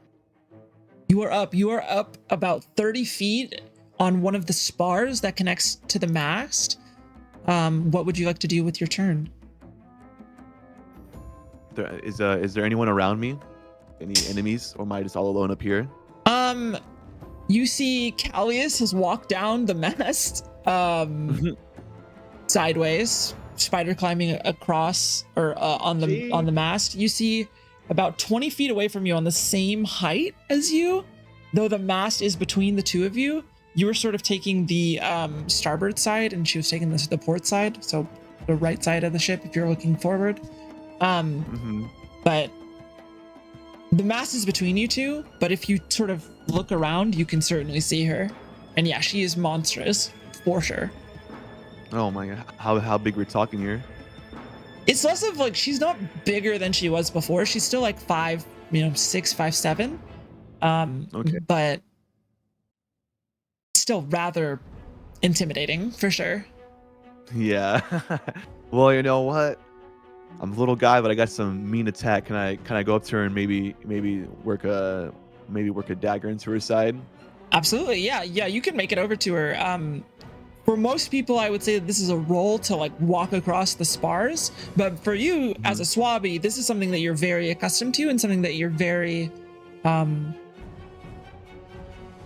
don't know what the word is. You have the balance for it. It's your thing, exactly. So you walk across, scurry past the mast, run over to her, and you can make your attack roll. There is no one in melee with her, so there will be no sneak attack, but... Does she already see me? Oh yeah, she knows Yeah. me, right? Unless you'd like to make a stealth check first, which you could do. Yeah, I want to. As a bonus action, you could hide to like quietly sneak up on her. You could certainly do that. That would give you sneak attack. Okay. Can I roll stealth right now? Yes. All right, here we go. Big money. That beats your passive perception, absolutely. Yeah, you are stealthed. That should give you that would give you advantage on the attack. So you will get sneak attack if it hits. Yeah. Okay, where do I click now? Oh man, I'm bad. Where do I go now to make an attack? It should be on the middle right side of your sheet. There should be something. It should be like dagger plus. Okay, yeah, I see here. Yeah. Mm-hmm. Do I roll that? Yeah, make your attack, and you do it twice. So there's an advantage option. If you want to turn the advantage option on, you can roll twice, take the higher of the two. Yeah, let me get that advantage. Hoo. I'm ready. Time to freaking work this mother trucker. Is that good? Oh, that's good. 13. Was that at advantage? I think so. Yeah, I put advantage. Yeah. I mean, it still hits. Yeah, roll damage with sneak attack. Does it allow you to add sneak attack directly, or do you have to scroll? I think last time we had to scroll down the full sheet to. Oh yeah, I see. Okay, now I see. Yeah. Yeah, I see damage with sneak attack. All right, do I roll that? Yeah, so you roll the normal dagger's damage, and then you add your sneak attack dice. Okay, all right, gotcha. 9. So 9. Did you roll the normal dagger's damage as well? Yeah. Which So was add this yeah, add those 13. two together. So 13 total. 13 plus 9. 13 plus 9. Oh, I think that already has sneak attack on. Wait, let me look. Let me just look Okay, to yeah. make sure. Sorry, gamers. Nothing sorry about you. All right, game log. Screw it. Oh no, that was to hit. So that was your Oh, attack okay. roll. So you still get to add.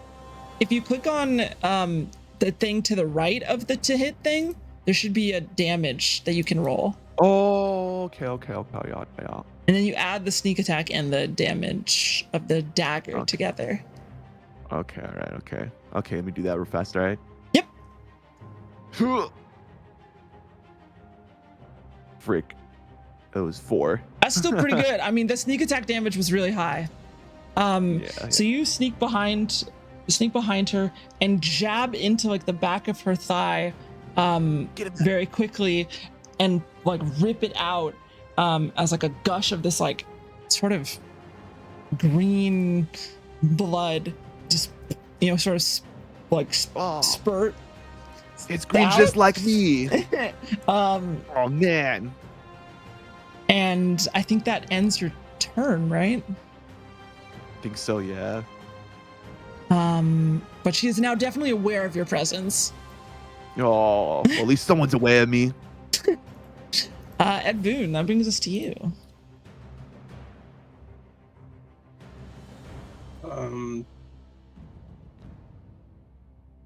Okay.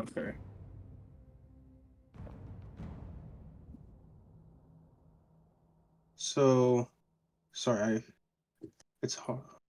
Yeah, you have the Discord stream open, right? Dude, I'm not gonna lie. I can't see the bot. It won't load. I'm sharing it on my screen on Discord. Oh. Yeah, Oh, okay. So if you want, So how far away is Liz Marcus from? Oh, go ahead.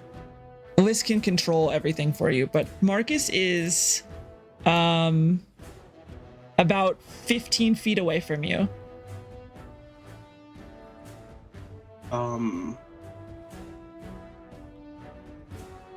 Wait, and where's the other enemy? She is she's up about 30 feet up the mast.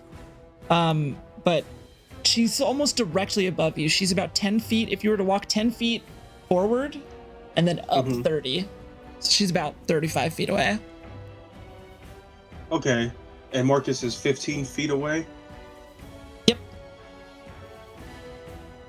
Okay, so I will use an attack. I'm going to use a boomerang. I'm going to throw a boomerang at Marcus. Hell yeah. Because I don't want to burn this ship, right? Probably not. Probably not. So can I throw it without hitting the ship? Oh, absolutely, yeah. Yeah, make your attack roll. Okay, so how do I do that? It should be on the right middle side. It should be a boomerang, and then it should say 2 hit / DC, and it should say like plus whatever it says. 3. It says hit / DC plus 3, yeah. Yeah, so click Bludgeoning. that, and that'll roll to attack. And then the number next to it is if you hit, it'll deal damage. So, dang. That's weird. On Chrome, it won't let me click it. Okay, sorry, this is embarrassing. No, you're chilling. This first session. Let me go back to Safari. Dang, so my computer is just dog ass. Okay, so Chrome won't let me click it, but Safari won't let me pull up the map, so I kind of got to use both. Okay. So I'll hit plus, okay, boom. Yeah, the plus / DC plus the plus 3. 9. So I got a 9. Actually, this is with advantage, so you get to roll again because he's paralyzed. He literally can't move. He can't dodge. As the boomerang comes at him, it's not like he can dodge, so you get to roll one more time. And take the higher of the 2. 20. 20 definitely hits. Roll damage. It is not a crit. Crits happen when they're within melee, but you can still roll damage. Okay, so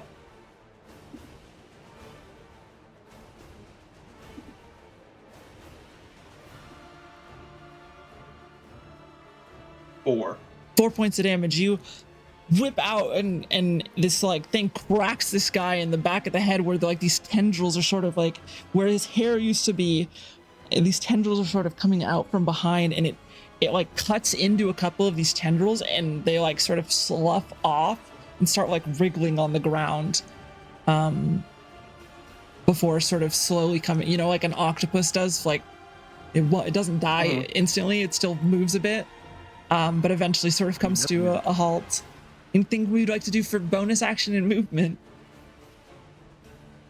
Yeah, session 0s and session 1, I chose like a kind of a horror-esque theme, or like weird fishy thing theme. I don't know.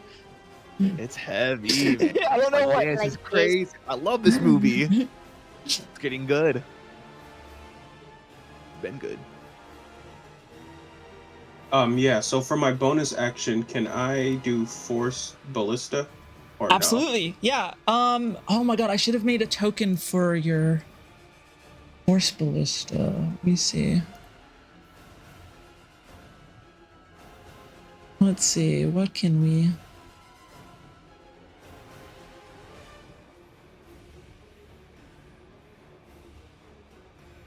See if they have any... I'm just gonna add another version of you, and we're gonna call it... How do you say ballista? Where would you like to put it? So my cannon. Mhm. Let's put it. I would say, just like south of Marcus. We'll have it move over there, and we'll push him. We're gonna try and just push him off the bow, so we'll push him northeast-ish. Okay, does the ballista have like a strength modifier? It says 2d8 force damage and pushing the target creature. Oh, it's only 5 feet push. Oh, okay. Okay, yeah. Roll to attack, and it has advantage. So what do I do? So what? I think it's Let me look at your sheet real quick. Okay. I believe AC is 18.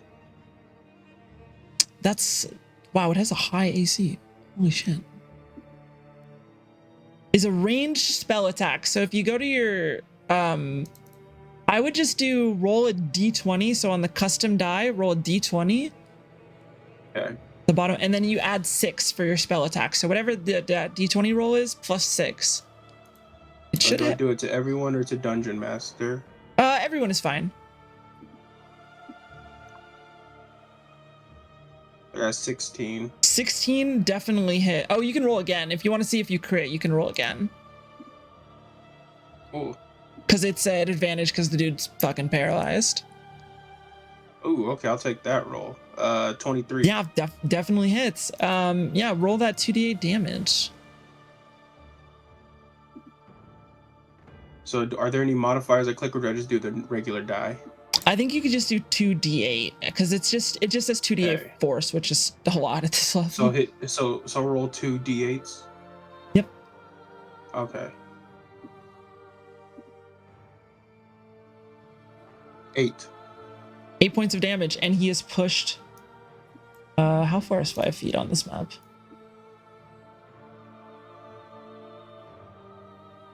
Push 5 feet that way. Yep. That look good? Yes, and then as part of the bonus action, the cannon can still move. Okay. And I'm gonna go ahead and move it just back to my side. Okay, so like over near you. Yeah, and the cannon's name is Rudder. 2 T's, right? Yeah. But I will try to figure out how to make a icon for Rudder. Okay. For next session. I totally spaced it. Oh yeah, no biggie at all. Okay. Cool. that brings us to Ninari. Ninari is going to let out a psychic screech as she screams out. I would like everyone within 30 feet, which is everyone except for Ren, Sai, and Tetra, to make a... What save is this? To make a wisdom saving throw for me. I have a question. Does this affect somebody? I don't have ears. I believe it's still, unless you are, I don't believe you're immune to stun, so I believe it should still affect you. Because it like pierces Okay. into your, like your, whatever arcane mind you might have, I believe it would still pierce in. So roll a wisdom die. Yeah, wisdom save, yep. How do I do that? It's at the top Just click left the of wisdom your, button. not at the wisdom button, but like right below to the left of it. There's Saving throws. I yeah, see under it. save. Okay. Yep, rolled that. I guess it's the same for you, but sometimes you have a bonus to saving throws. So, I got a 12. all right. What did everyone get again, except for Sai, Ren, and Tetra? I got 22. I also rolled a 22. Wait, what did you? You were muted, Chanel. Got a 4. Both Ed, Boone, and Callius are stunned, and Callius, you lose spider climb, which means you fall 30 feet to the deck and Oh crash down. wait. What's up? And I cast a spell. You are unfortunately stunned by the psychic Oh scream. shit! If anyone else has a reaction that they would like to use as they as Callius crashes down 35 feet, anyone got feather Wow, fall? no way, Chanel. I have a spell to stop that. And I got hit. That's bull. Well, yeah, you do have feather fall. Holy shit! Wait, that was so good. Oh, it was a good idea, but yeah, you take. Damn, that sucks ass. Can I use Bardic Inspel so he can It's a bonus have... action. Oh, okay. You take 10 points of damage as you crash down to the ship, and you are stunned on the ground. Jesus Christ, is he alive? I'm like prone, thumbs up. Still stunned though. Good sport. And that will yeah, that's gonna, she doesn't have anything for bonus action, right?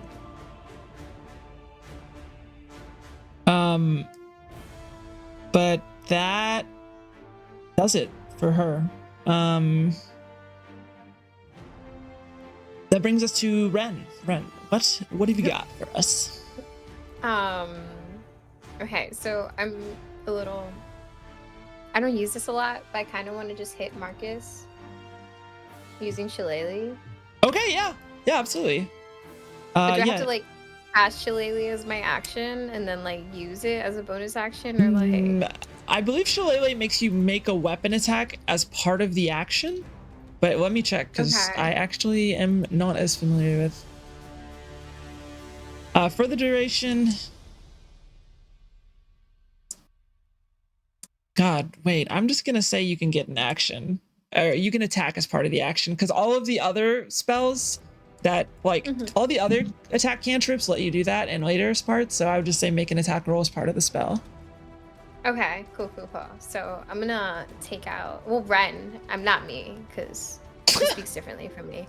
Ren is gonna take out her little sprig of mistletoe, and Shillelagh with that shit.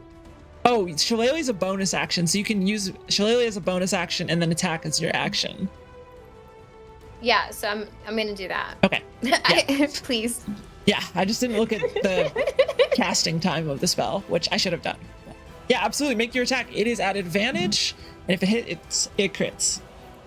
Okay, so at advantage, Oh, I already did it once, so I just do it again then? Yeah. Just that's great. Okay. And with the bardic inspiration, do I get another d6 on it on the attack, or do I get another d6 when it comes to? You guys hear this? Sounded like a weeping woman. I think that was Oh goodness, sound effects. It doesn't apply to damage unless I think goodness. you're a specific bard subclass. Okay, so I could just keep that for next time. Let's see. Yeah, like if I your don't hit attack them. missed, you can. But yeah, that hits and that crits because I mean, bro is still. It's an attack roll. Is that damage That's roll a or just damage attack? roll. Yeah. The Okay. attack roll was the 15 and the 7. So can I save it for next time? Yep. Or does it Yeah, expire? it lasts for like Cool. 10 minutes. Thank you. But yeah, That's roll crazy. damage and it crits. Crit. Do it. Do better. 11. 11 points of damage. I mean, he's looking rough. he's looking pretty rough. As Beat you him with my stick. crack down into him. Wait, why am I suggesting? No, edit. Thank you.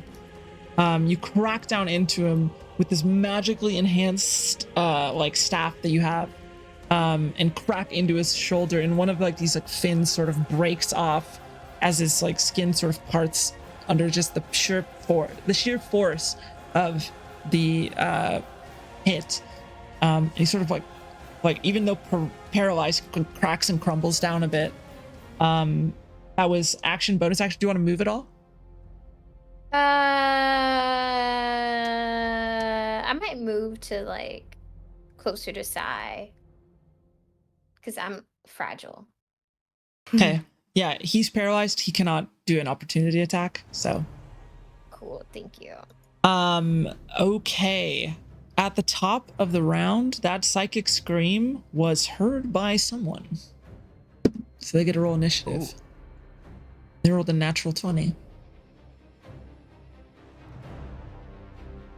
Which I guess better that it got a roll of a natural 20 on initiative rather than on an attack.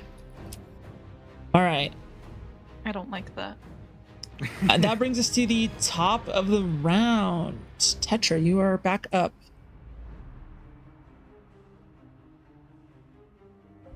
Sorry, my cat's tweaking. So is the other shapeshifter is near Z, right? Yeah. Oh, sorry. Yeah, I should have moved Z to be here. Shit. How far is that? How long can is my whip a bonus action? Your whip is an action. It's an attack. Fuck. All right. I would like to move. Let's see how far I can go. Sorry, I haven't used this thing yet. Oh yeah, you can. Oh yeah, sorry, we didn't do that in your game. I totally forgot, quote unquote, to make a map. I was lazy.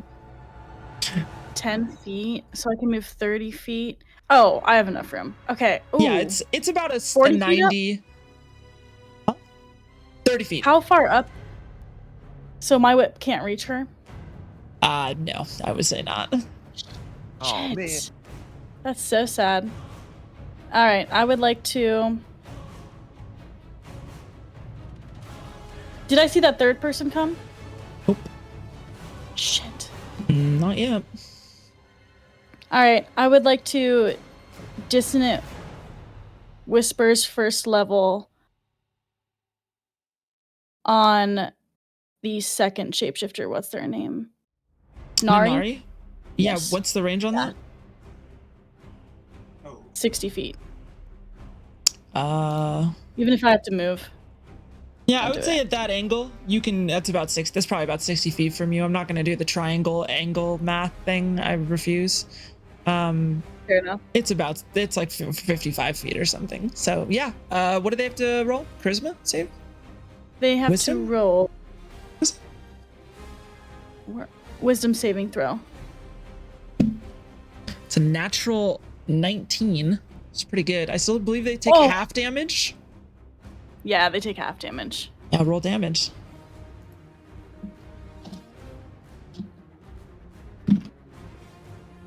12 minus so halved? 6.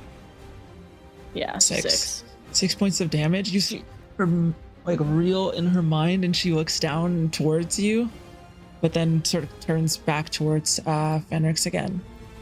Whoa. That brings us to Wait, can I use my bonus action? absolutely. Sorry, yeah.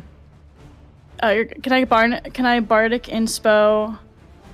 Who have I not? Chanel now. Oh, sorry. What's Callius, the who name? just fell from the Callius, mast, yes. is stunned on the He ground. did. How do you inspire Callius? I guess I just do my little ocarina again. Little ditty. Yeah, I'll do a little ditty. A little jam. All right. Hell yeah. Even in your stunned stupor, you hear the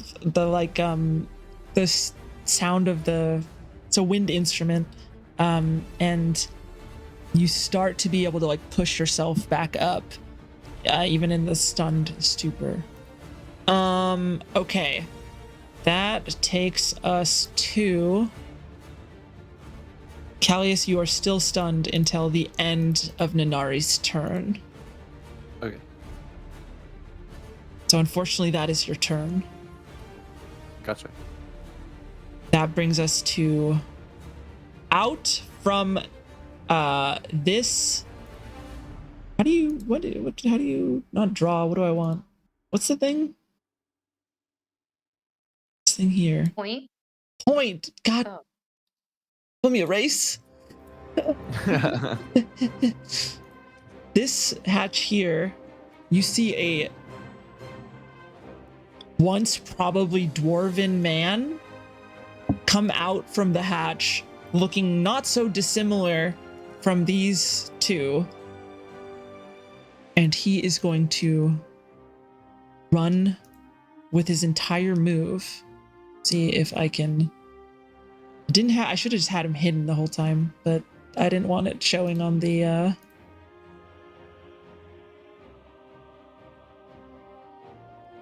Don't mind that. Dwarven dude.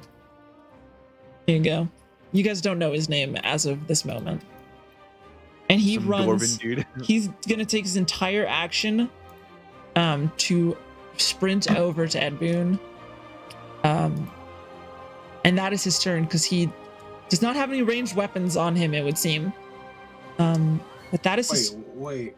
He ran at me? Who? Is this an ally? This is some guy who came up from the hatch and looks very similarly to these other two monstrosities.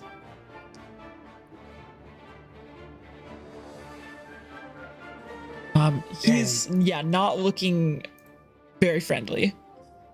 So am I still stunned? Oh, sorry. You are I thought stunned it was my until the turn. end of Nanari's turn.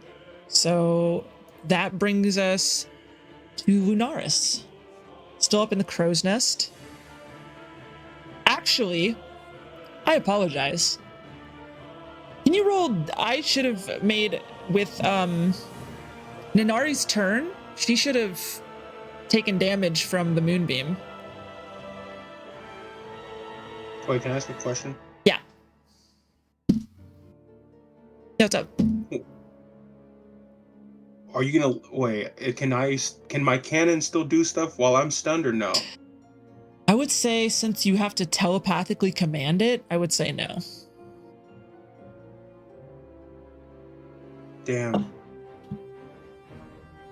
Lunaris, can you roll damage on that moonbeam again? Because Nanari started her turn in the area. Mm-hmm. And she failed again with disadvantage. She rolled not good because that shapeshifter thing is rough. What was the roll? Sorry, I totally missed it. 14. 14 points of damage, yeah. Okay, that brings us to your turn. What would you like to do? That's a good question.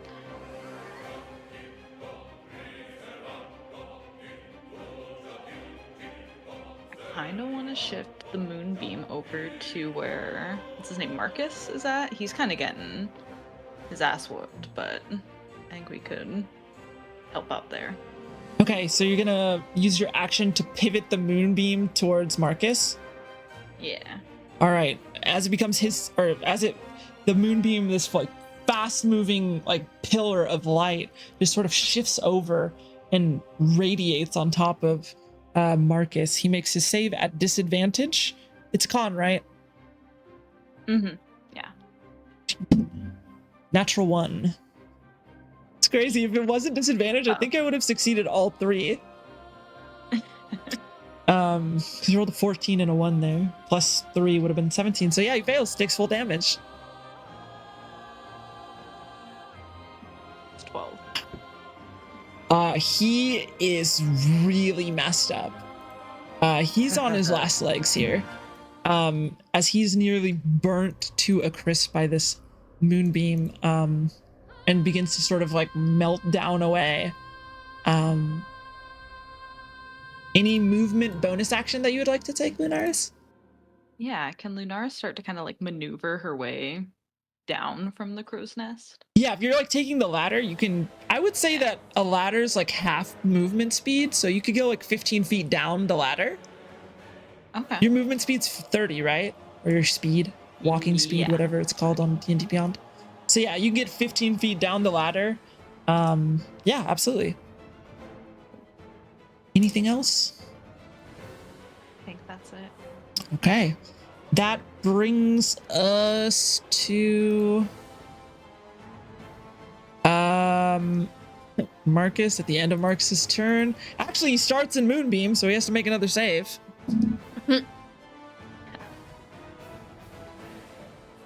16 and a 5, so he fails. Roll damage. Moonbeam doesn't work. If they can't hit you, That's a 7 or 17. what the fuck? You see Marcus sort of burns away and crumples into like ash. And you guys hear a thud against the deck of the ship as he collapses to the ground. He is dead. Wow. Moonbeam, these like session 0, like I can't explain to everyone who was not at session 0 with Lunaris how much work Moonbeam has done. Lunaris MVP. Like, Good. wow. Okay, yeah, so you move down a bit. Marcus doesn't even, that hold person was actually nuts though. Because he could have hit every single one of you with a psychic scream if there was no hold person. Loser. That brings us to Fanrix. Fanrix, you're in melee with Nanari, Okay. who you have just stabbed in the back of the thigh and can go again. Heck yeah. I think I'm gonna do that actually. I'll give it the 1. I'll give him the 2. You know what I mean? Yeah. So I choose. I'm gonna dead you with my dagger. I tell you that right now. All right. So I make your just attack rolled roll. his dagger. Yeah, it's Is it damage or is it hit? it's to hit. Yeah. It's not an advantage because you aren't stealth anymore. She knows you're there. Well, I'm gonna show how we do it. Little guy, big damage. 12. 12 just hits. Yes. Good enough. Just good enough. Pumped up. Story of Pumped my up. life. Just barely good enough, man. Can't relate to anyone lately, man. Anyways, yeah. I just. And yeah, then I don't know, man. You can roll damage just on the daggers. Unfortunately, no sneak attack because you don't have any allies within melee with her. You Hey, didn't where's have all my advantage. friends at? Yeah, okay. Can I do it again? Just the damage part. Or did you already Okay. do it and I just missed it? I'll have another damage part. Do I do the damage part? right Yes, please. now? Okay. 5. 5 points of damage. You sort of like she starts to like maneuver to like attack you after she let out this like psychic scream, which you sort of like, you know, pierced into your mind. And so with that psychic scream kind of ringing in your ears, you aim a shot at her other like hip or thigh, and you like catch the side of her hip and like pull through, but it's not like a full like dagger stab in. It's like you kind of like slash and like certainly draw blood and skim off of her. Like the skin texture is different than you were expecting, and it's kind of like slimy and fishy. Can my guy say something smart? Please, I beg. Oh snap! I don't know if I'm supposed to win that or not. All right. And there he is. Anything for bonus action? If you wanted to like disengage or Can I light up a sig mid battle? fuck yeah, that's a free action. Free action. Well, you know what? Hey, let me take a hit for that. Moody's, Yeah, me You too. know what? This is a very stressful situation. I think this calls for a stoke. Phoenix lights up a cigarette before that hit, or after he missed his, or after when he hit the person. Yeah. So where do I go here? Like, is it free action or? Yeah. To light up a cigarette, Okay. sure, why not? Okay, all right. Yeah, I dagger think, in one hand, cigarette in another. Yeah, exactly. Dual wielding. Where'd we lose Ed Boon off to? Ed Boon. Ed Boon, are you dead? Well, Well, Ed Boon. I will tell him when he gets back that he's stunned he's stunned for the entire round until Nanari's turn. Yeah, I thought my turn was skipped. Oh, it's it's skipped now. I was just like, I couldn't Yeah. see you. But you, at the end of Nanari's turn, which is about to happen, you'll be unstunned. All right, that brings us to Man, that was- Nanari. Yeah. Nanari, I stopped. Nanari is going to look to you, Fenrix, and is going to try to shove you off of the I keep forgetting what these things are called. Off the spars, the things that you guys are like balancing on. She's going to, with her larger form, try to just shove you off. So you can make an athletics or acrobatics check, and she will make one as well. I will make an acrobatics one. All right, it's contested, which means that I'm rolling against you. So these guys are rolling so bad, it's actually insane. But yeah, so yeah, acrobatics. Do I just click acrobatics? Yep. All right, here we go. Oh, 14. 14. Even with a plus watch where you swinging 6 on her athletics, she only rolled a 10. Yeah. And with her Watch where you swinging there. And with her second attack, she's gonna try to, as she like tries to push you forward, you sort of like Neo them in the Matrix, sort of bend underneath with your smaller stature, and like sort of you swap places on this very like tight. The spars are probably only like this wide, and you like very deftly sort of between her legs flip through and go behind her, and she's going to like try to kick out with her leg to try to push you off again. So I would like another acrobatics check from you, please. She's gonna make another athletics check because again, plus 6. I'm gonna say something. Yeah. Hey, I know I'm not that annoying now. Come on. I know I'm little. Nothing little about me. Well, I'm gonna roll acrobatics. Yep. Didn't roll amazing, but didn't roll as bad this time.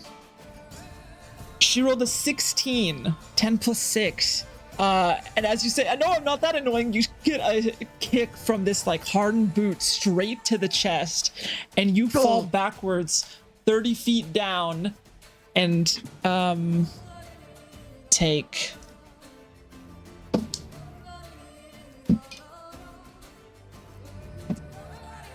10 points. Wow, I rolled the same fall damage. 10 points of damage as you get pushed back a little bit and fall down. Can you make an acrobatics check to see if you land prone, like on the ground, if you land on your feet or not, basically? Yeah, okay. Doing that. So this is a set. It's different than 16. 16. Yeah, you land sort of like on, like you crash down and it fucking hurts. Like your legs are like shaking. But you manage like to like sort of right yourself back up again as you fall 30 feet. Yeah. They ain't paying me enough for this. At the end of Nanari's turn, Callius and Ed Boon, you guys are both unstunned. because her screech only lasts for until the end of her turn. So you guys are unstunned, which is good because that would have meant bad things. Ren, it is your turn. Yay. This might be stupid, but I'm gonna try it anyway. It's D&D. That's what we're here for, I think. Fuck it. Woo! So I'm gonna use Gust of Wind Okay. pointed at Nanari. On the yeah, I love it. I love Yeah. it. That's so fucking cool. That's not stupid. That's genius. I love it. Gust of Wind is So, such a yeah. cool spell. Well, all right, what do I have to make? I Does think it- it's Strength 13. Is that what Strength. Is it a strength saving? Let me look at it. Gust of I'm not- Wind. I'm a little. Yep, new. strength save. No, you had it. No, you're good. You had it totally Yeah. right. You know stuff. So strength saving throw. She does have a plus 6 to her strength save Why? because she's strong. She's an evil Tell her fish, stop. evil fish thing. Tell her to stop. But I've been rolling like shit, so we'll see. That's a Tell her to 19 stop it. plus 6. Gross. So 25. As you sort of push, sort of used to the harsh winds up here, sort of covers her eyes for a second and like leans, you know how you like can like lean into like a really strong wind. However, it is still maintained. It is concentration for a minute. So each creature that starts its turn in the line.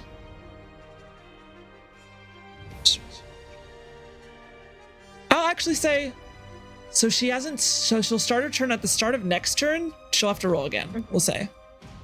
Okay. Because it says when they start their turn in the area, not when the effect starts. Okay. Okay. Bonus action, movement.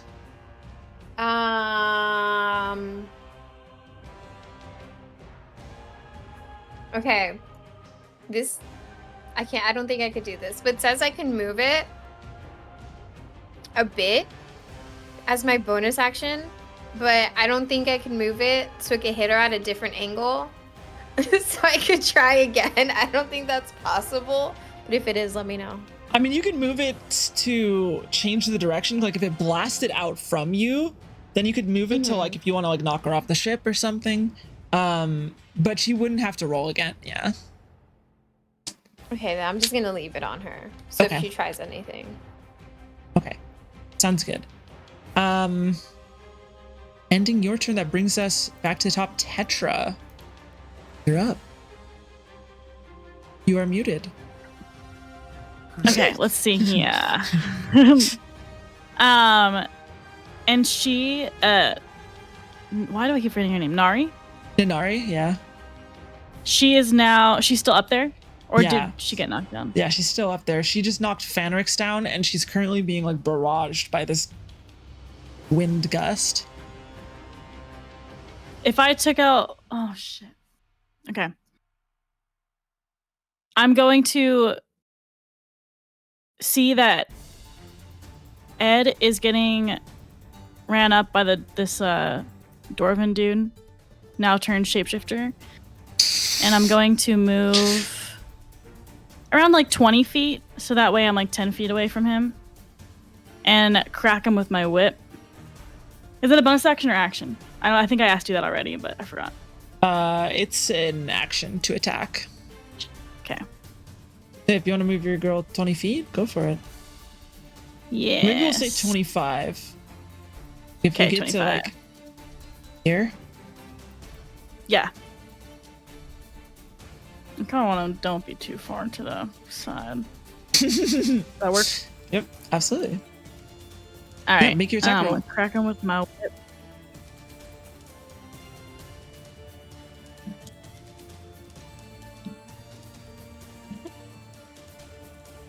All right.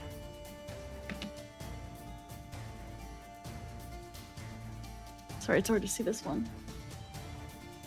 3 plus 2, 5. Oh, Wait, oh, that attack! was- Oh my that was- god! I yeah, don't can know you what roll I'm to on. attack? I'm so sorry. Yes. What the hell? All right. 13 plus. Do I have a hit DC? Yes. I have The attack with this DC thing. DC plus 17. 17 hits. Yeah, roll damage. All right, I rolled a 3. I think that is. Yeah, plus 2, 5. 5 points of damage. Yeah, you like whipping around Ed Boon, like who is just like now sort of regaining their faculties, no longer stunned. Your whip sort of like slings around, like curving it around, and the tail of the whip sort of cracks against this dwarven guy whose mouth is like wide open, and snarling, and you sort of like crack it, and this like piece of flesh just goes flying off as you just knock it off with the whip, and yeah, doing 5 points of damage.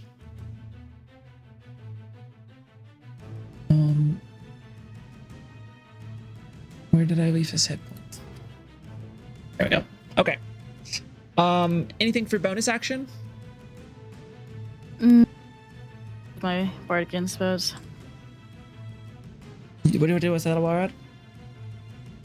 I said no. I think I'm good. I'm gonna save Okay. my inspos. All right. That brings us to Sai and then yeah, Sai, I guess, because you said Sai first. So I guess I'll move up towards Dwarven Dude. I think that's roughly like I should 25 not feet. have named him that. Why did I do that?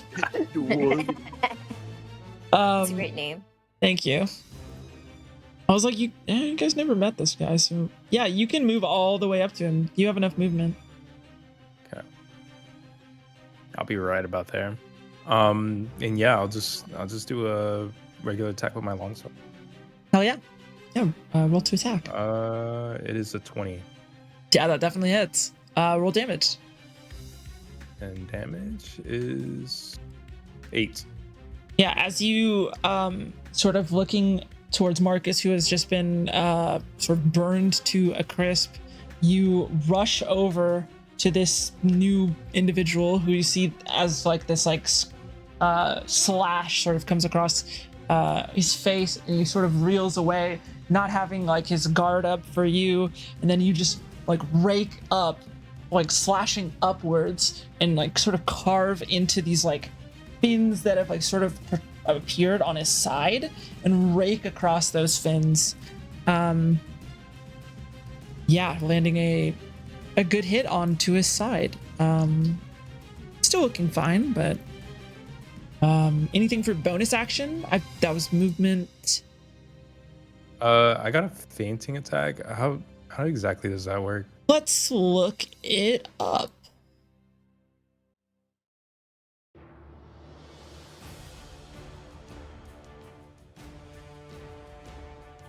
So, a fainting attack, use your bonus action. You have advantage, so you could have chosen. So basically, you could choose before that last attack to give yourself advantage instead. So you don't get another attack as a bonus action, but it's like you can give yourself advantage whenever you want it. Okay. As a bonus action, if you not whenever, I guess, but if you expend the superiority die, you can get it whenever you want it. Okay, sounds good. Yeah, that ends my turn. Awesome. Callius, having fallen, losing your spider climb, hitting the ground, you are now unstunned, prone, however. But what would you like to do? How the dwarven one is like the closest to me, I believe, right? Yes. Because Ninari's like I 30 forget the feet name. up. Okay, still on that same spot, right? Yeah. Where like initially. Okay. Yep. Yeah. Does it take any action or bonus action to get myself up from prone? It just takes 15 feet of movement, half of your movement. That's all. Okay.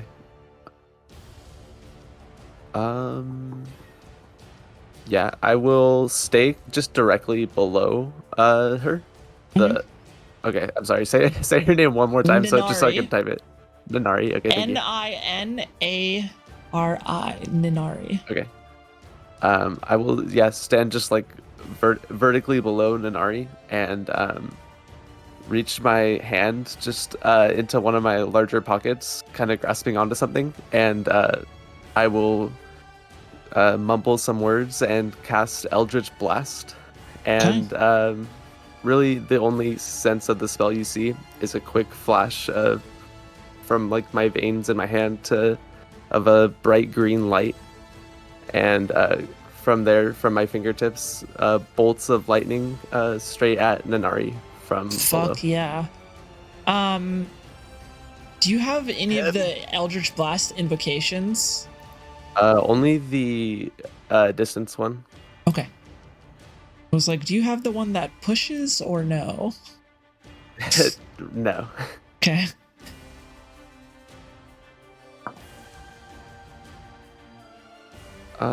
That is a 9.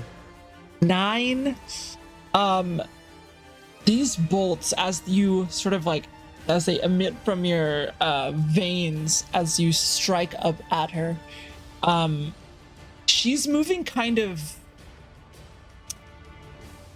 awkwardly, I would say, because she's fighting against this wind almost. And as she's like trying to like, you know, she pushes forward and the bolts, you know, against the wind to sort of like maintain her balance. And as she does so, the bolts sort of streak past behind her, unfortunately missing. Still bonus action, 15 feet of movement if you would like to take it.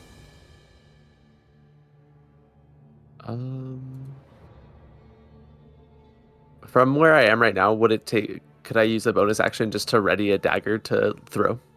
Oh, absolutely. Yeah, you can pull out a dagger for sure. Absolutely. Okay. Would I be able to throw it with my bonus action or just get it ready? I think you have to have two weapon fighting for that, which is a fighter / barbar or ranger paladin type thing. I think some people can get it, but yeah, I will do that. I won't use my movement from there. I'll just stay below Nanari. Okay. Sounds good. That brings us to this dwarven man who is going to just like unleash a couple attacks upon you, Edboon. Damn, I'm getting fucked up. No longer stunned though, so the attacks are not at advantage. That is a 16 as he's just attacking with like claws. Or sorry, 19 to hit. Excuse me. Does that hit against your armor class? My armor class is 16. So yeah, 19 hits. That deals... Can I cast a spell in reaction Yes. or no? Yes, you can. How do you read the description of a spell? I think if you... I got it. Okay, nice. I'm gonna cast shield. Yeah, bringing your armor to 21. Yeah, as this sort of comes, these like super sharp claws come close, you just very quickly like move your hand in front of you, and this like almost invisible sort of slightly you said your eyes were blue, right? Yeah. This like slightly bluish shield sort of pops up in front of you and catches the like claws as they're coming towards you, and it sort of remains in place for a second. Seeing that bubble, this guy's actually going to take his second attack instead on Sai. He can do that? Yeah. Seeing that you have a magical shield, he's intelligent enough, at least. Hey, if you guys can do it, I can too. So what do I do now? Well, it didn't hit you. You took no damage because of that spell, which was really well done. Sai, that's a 22 to hit. Okay, that hits. Yeah. And you take only 6 points of damage. Okay. As these sort of claws like rake into you. I'm sorry, he actually has 3 attacks. That is my mistake. I thought he only Right. had 2. He has 3. And then I forgot that he also has a bite attack that he comes at you with. And after like these claws miss with the first one, goes in for the second one, and these claws sort of like rake up your like you had like you said like comfort flowy clothes, rake up your like exposed chest, and then goes in for like a bite attack on your shoulder. That's pretty bad. It's a 12 total. What's your armor class? AC? 16. Yeah, 12. As it's sort of like, as you get like the switch up, as you know, he's going for Ed Boon and then switches over to you. The first one catches you off guard, but the second one, he like lunges into bite, and you sort of like do like the like palm with the pommel or the like the blunt end of your shield, the hilt of your shield, or not your shield, your sword, excuse me, hilt of your sword. You just pop him in the face as his like, you know, teeth come and try to snatch at you, and he sort of reels back. That ends his turn, bringing us to Naris. So Lunaris is still going to continue her way down the ladder from the crow's nest. Yep. About how far is where Marcus was to where she is right now? So you're 20 feet off the ground because you can make it 15 feet, and then Marcus was 25 feet. So we'll say about, yeah, a little bit over 25 feet, like 28 feet approximately. I don't know. Okay. A little under 30. We'll just say that. Okay. So kind of as she's coming down the ladder, she's kind of like looking, because she had heard when he kind of crumbled to ash, there was that like thud. Yeah. She's kind of like eyeing the spot where he kind of crumbled, like keeping an eye on it. Do you want to Just make a looking over perception there. check? What are you trying to see something? Make a perception check. Yeah. So Trying to see something? It's a 12. 12. I mean, you like sort of peer around the mast, but in the fray of the battle, no pun intended, it's sort of hard to see because of just all the like action that's action going on. Gotcha. So, well, as she reaches the bottom, she's just gonna shift Moonbeam over to. Is that a bonus action or an action to shift it? Ooh, actually, that's a good question. And I'll also say that you don't reach the bottom. You've made it 30 feet down the ladder. If you want to like, you know, jump the next 20 feet or something, you can. You might take a little damage, but you can do that. High fall. 20 feet? Yeah, it's a bit of a high fall. Yeah, high fall. No, she just continues her way down the ladder, I think. Okay, you can move Moonbeam as an action while on a ladder Okay. if you want. You could also dash to make it farther down if that was more important to you. Yeah, whatever you No, I want to think do. she's gonna move it to this dwarven dude. Yeah, okay. Question. Swinging it out around the ship to avoid Sai, Ed Boon, and Tetra, you swing it around, and it goes on top of him as a shape changer. Oh fuck, it's not great. There is no way an 8, which would have brought it to 14. No, that's not true. 11, which would have failed anyways, but natural 1 again. So full damage. Well, Ooh, 12 points of damage. a lot of damage. Yeah. Didn't realize that. Yeah. Moonbeam has had some really good use. It's carrying, man. Taking 12 points of damage, and as you're moving it, you just sort of like peer around the mast, pull the Moonbeam, curving up and around, and sort of incinerating this guy as he's unleashing these attacks upon your comrades, your fellow sailors. Anything for bonus action?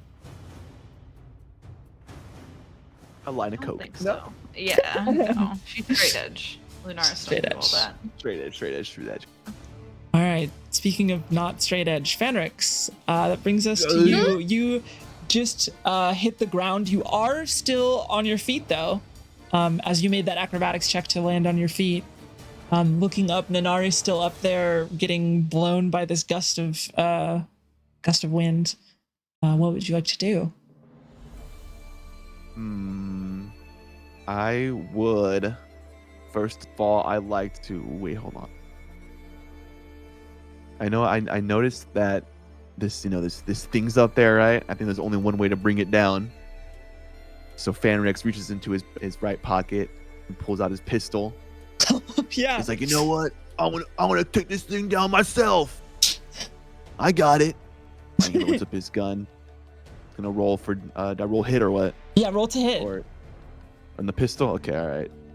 Here we go. I don't got any training, but you know what? I do got hot. And you know, guys like me don't have hots, but I got hot. Are you Rocky Balboa? I thought you were saying hot. Oh no! Oh, hot, but heart, but like Jersey Hot. Shore. His hat. I rolled a 14. 14 hits. So get him down roll, from there. roll damage. Yeah, as you look up and fire, roll damage. 11. Ooh, 11 points of damage is good. Yeah, firing as she's very much concentrated on staying upright.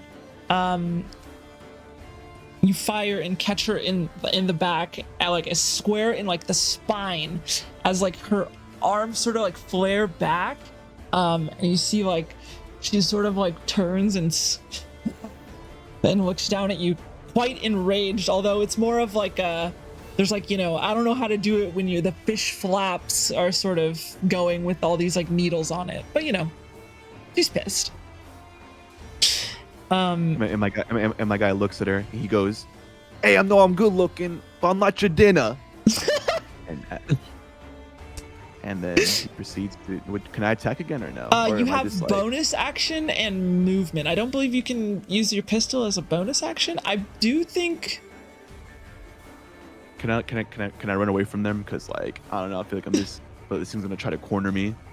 Yeah. Are you just trying to run to the I want to run to Bow? my team. Oh, to your team. Okay. Yeah. Who are you trying to run towards? You can make it let's to see. basically everyone. Who's the best looking one on this team? I'll run to that good looking man, Sai. Here we go. All right, running past this dwarven figure who, out of the fire and into the fray, you run past this. Whoa! And looking up, there's another one. But you make it over to Sai. Did you want to be there? Do you see where you are on the map? Did you want to be there? More it's like to the right. Oh yeah. Okay, yeah, I see. You're small, so like. Also, your icon should actually be smaller because you are a small creature, but I don't know how to change that. So. I can adjust that later on. Yeah, Can I maybe. say something to Sai? Absolutely. As I ran over to him. I run over to him out of breath. Ha ha. I look up at him. What you cooking, good looking? Sai ignores them and stays focused on the fight. Hey, I know we're in danger here, but can we have some comedic relief? We'll talk later. All right, you tall people. All right, ending your go, Edboon. The stun has worn off from you. Your mind is your own again. Your body is your own again. What would you like to do? This having the shield now has. I think it ends at the start of your turn. I think shield. Yeah. But yeah, what would you like to do? Wait, who stunned me? Are they still alive? Because they're getting fucking burned. Yeah, it Okay, was this, the woman, up, I can point to her. Sorry, there we go. This one up here, she's about 30 feet above, and there's a gust of wind being unleashed on her. I don't know how I want to phrase that. Trying to not What make does that mean? Blown. Blown, yeah. It just means she's up on like the spars, but there's like this gust of wind being channeled at her right now. She's about 30 feet above you.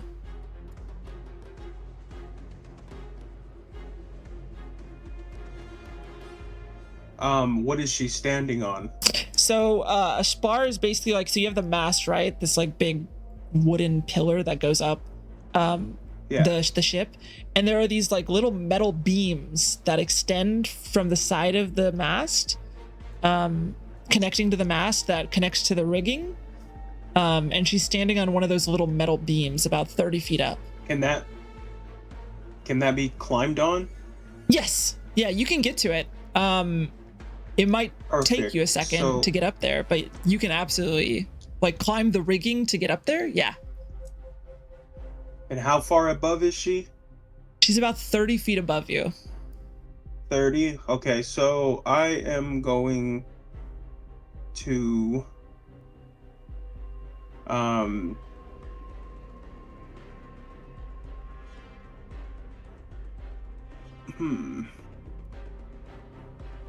So I'm gonna shoot out. I'm gonna throw a boomerang at her ass. Hell yeah, go for it. So I click this. Yeah, what's so 17. Oh yeah, that hits. Yeah, absolutely. Yeah, roll damage.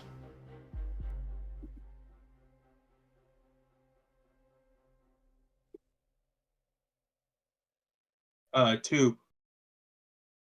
Damn. Oh, lowest roll possible. You fire and like throw it out, and it like comes in like sort of like cracks her in like the knee. So it still lands like a substantial hit, but just not as strong as like hitting like her head or and returns to your hand. Oh, sorry. No, you're good. So then I'm going to okay, so with my cannon, my bonus action, it says the cannon can climb up to 15 feet. So I'm gonna climb 15 feet in that direction. Okay. Like so up. I will say the rigging, so basically rigging starts all along like the sides of the ship, like here. And like here. So Rudder would have to move like over here and then start climbing towards her. Which is about, so he could start getting, you'd be about 5-10 feet up the rigging.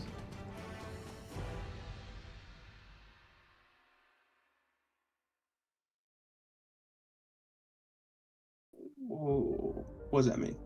Whoa, okay. Like he has to reach the edge of the ship, like down over here, and then he can start climbing.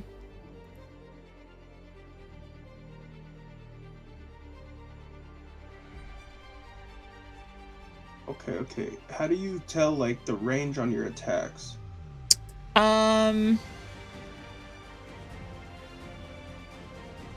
It should say here. Let me bring your character sheet up. It should say next to. So specifically for your Eldritch Cannon. Why doesn't it say that? What the hell? That's so weird. Here, let me look it up. It should say it, but it doesn't for some reason, and I don't know why.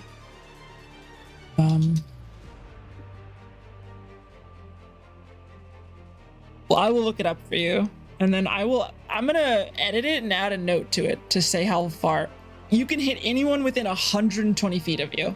So you are absolutely within range. I don't have to climb to hit her then. Yeah, you can basically hit her from anywhere on the boat. I'm gonna add. Okay, well. I'm gonna add this as a note for you. Wait, are we allowed to curse in this game? Be honest. Oh, yeah, fuck yeah. Okay, so I'm gonna have my cannon aim at her, and I'm gonna be like, "Hey, get down, you stupid bitch, fucking bitch! I'm pissed. I'm seeing blood." All right, and I want to hit her with a force ballista and knock her off of that fucking thing that she's standing on. Okay, yeah. Make your attack roll. Heck yeah. And then how do I do that again? So it's D20 add 6. Okay. So D20. This is gonna be so awkward if I miss.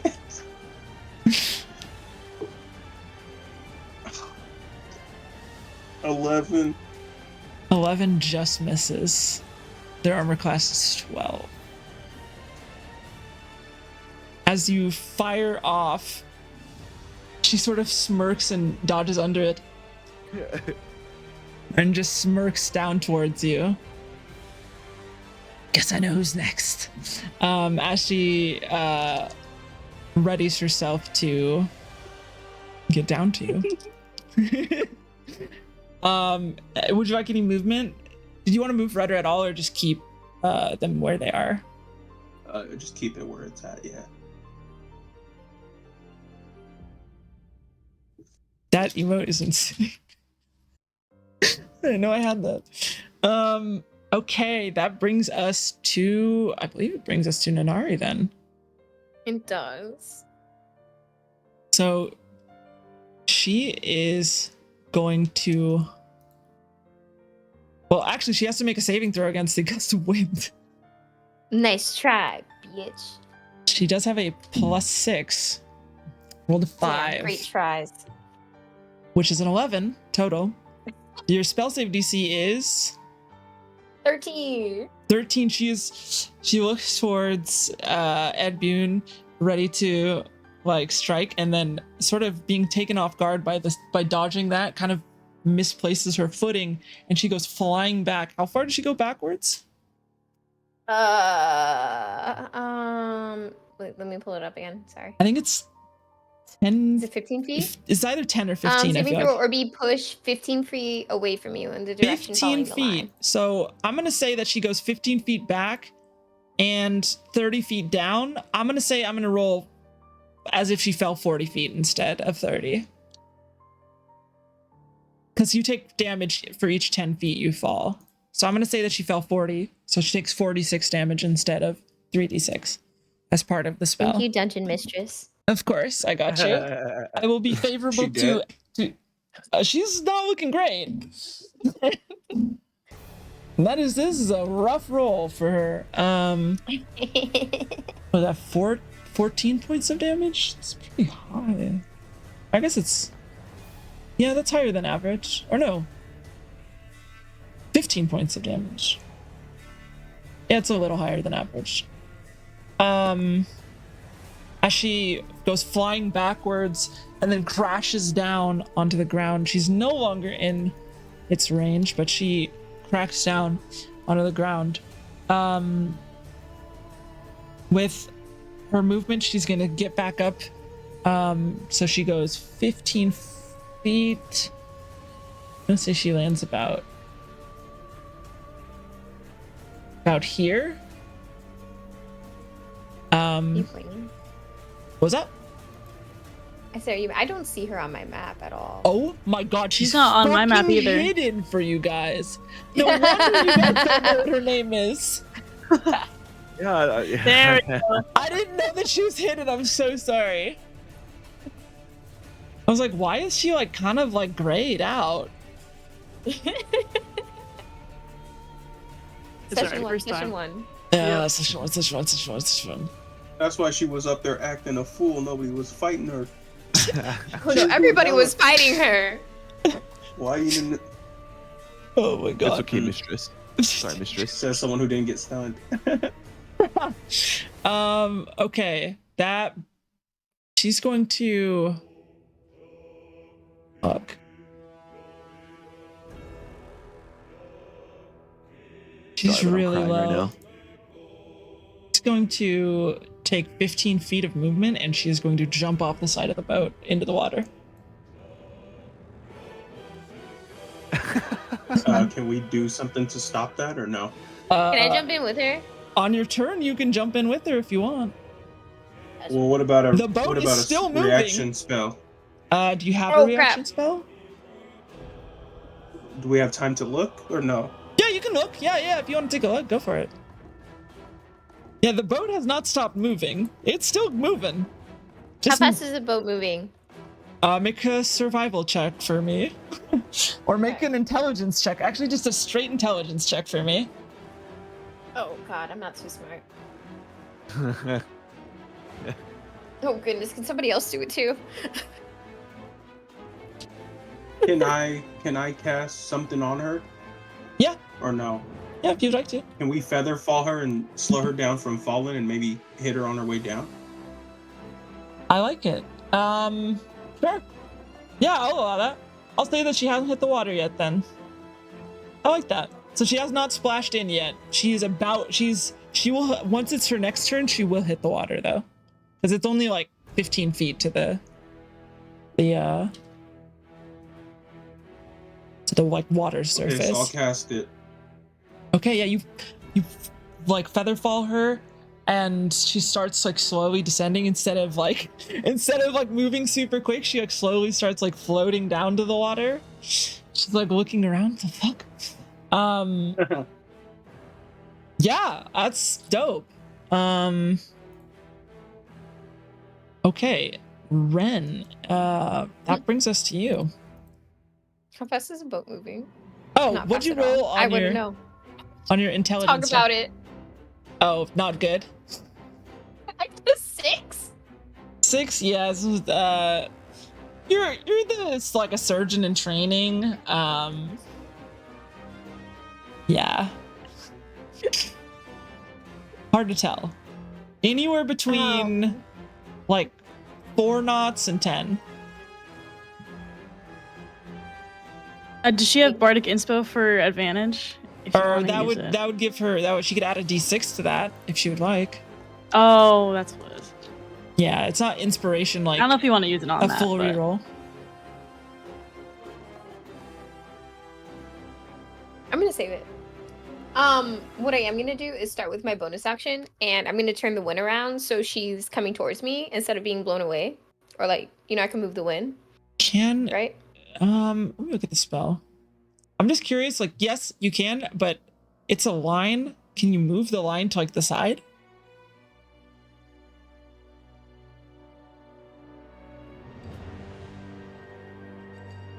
Let me look. I could change the direction which the line blasts from me, but I can't. Oh, it I don't think I can blasts move the line. direction in which the line blasts from you.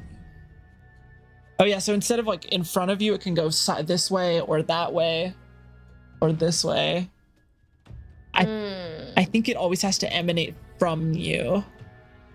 That makes too much sense. If I'll try to remember to look it up before our next session, and then if I'm wrong, I apologize, and I can come back and. I think you're right as fuck. I think you're right as fuck. I'm just trying to finesse the system, If you want to push it really far into the ocean, you could, but. I want to get closer to me. Yeah. Featherfall's a cool idea. I love it though. That's awesome. Yeah. So feather fall, and then I could blow this bitch back on the ship. If you jump in It front makes of her, and then yes, you could. But Wait, can you put hands on her? how far are you? Okay. Can I 42 do another check? Maybe like a medicine check to see like where her overall health state is. Yeah, go for it. Okay. Please don't fail me. I've been getting such bad rolls. 10. I mean, it's not hard to like tell. She's pretty rough. She's probably out of meta terms. She's probably about like a little over a fourth hit points left. Little over a fourth of her total.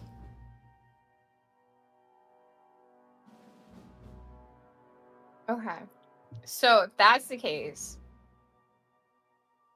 I am gonna hit her with ice knife. Ooh, okay, bet. Hell yeah.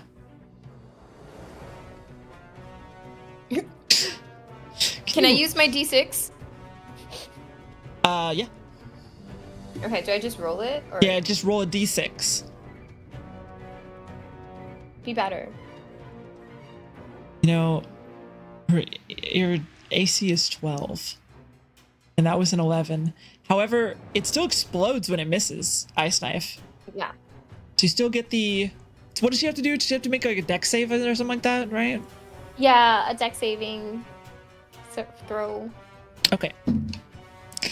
Well, I mean, also... She fails, but like also she's floating through the air. I don't know how dexterous like she can dodge really well, like floating through the air. But she fails anyways. She rolled a 9 total. I think it was 9 total. Maybe it's 10 total.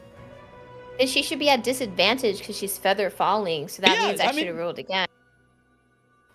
What, roll to attack again? Yeah, because she's feather falling. So it's not like she could avoid a ice knife as well because she's floating like a feather. Oh, okay, Laura Bailey. Give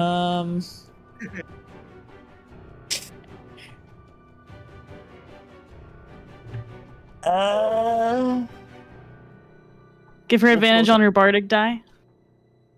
Instead of the 6? Instead of the 3 I'm gonna just say it explodes. However, can you roll an additional d20 for me, please? Because it might do something, because it is ice that instantly can freeze, that can like possibly freeze stuff. I'm gonna buy my own set of dice because this D&D Beyond just hates me. They just hate me. Okay, there's no ice that forms underneath. How much damage does he take? On a failed dexterity saving throw? 2d6 of cold damage. 2d6? Alright, you can roll your 2d6. She takes half. Be better. Be better. Be better! What is this? Oh! What was the first one? Wait, what's happening? They're both okay? 1. They were both 1, so she takes 1 point of damage. Can I just say that can I just look in the sky and be like, damn? Absolutely. As you fire off this ice knife, she like jumps and you expect her to go faster as she starts feather falling. She like slows down and like gets pulled back, and your ice knife just skims by in front of her and then bursts and explodes as these ice shards slam into her. That brings us back to the top. Sai, you are up. Okay, or Tetra, you're up. Sorry. Yeah. Yeah. Sorry. All good. All right. I'm gonna Can I grapple with my whip? Grab him. Yeah. I mean, it would do no Like a damage. leg. But yeah, if you want to grapple instead, yeah, you can. I'm going to run 30 feet as far as I can go near Nanari. Okay, 30 feet. And I am going to try to grapple the closest limb to me with my whip. And grab her and pull her back to the ship. Alright, so...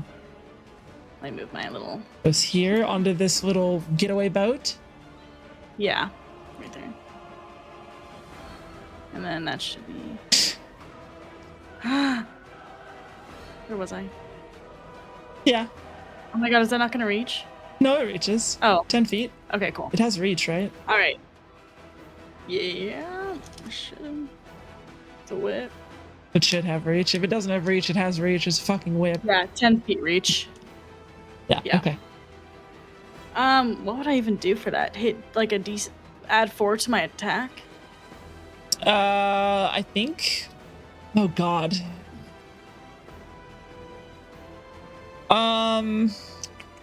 You want me to roll something? I believe... The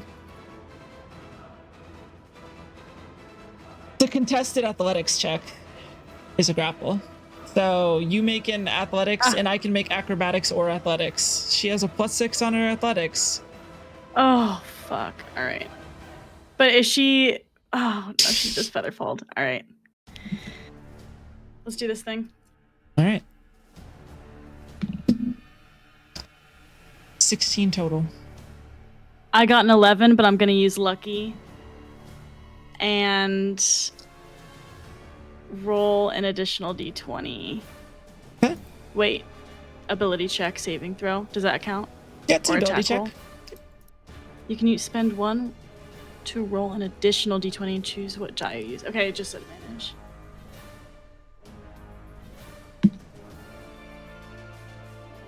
$18. 18 hits. Now, she is not light. As you have hold of her, but when Featherfall ceases, you are gonna have to try to hold on and pull her up.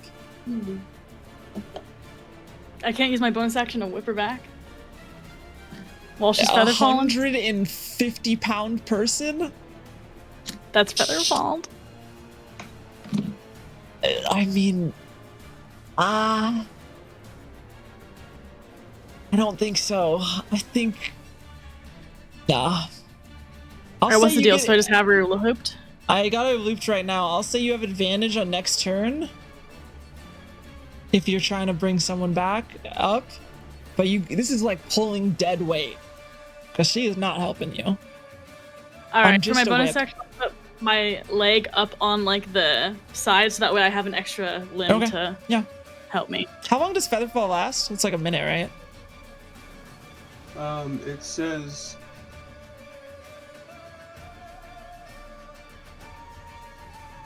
until the spell ends. But oh yeah, 1 minute. I'm sorry. No, you're good. Yeah. All right. That brings us to now, Sai.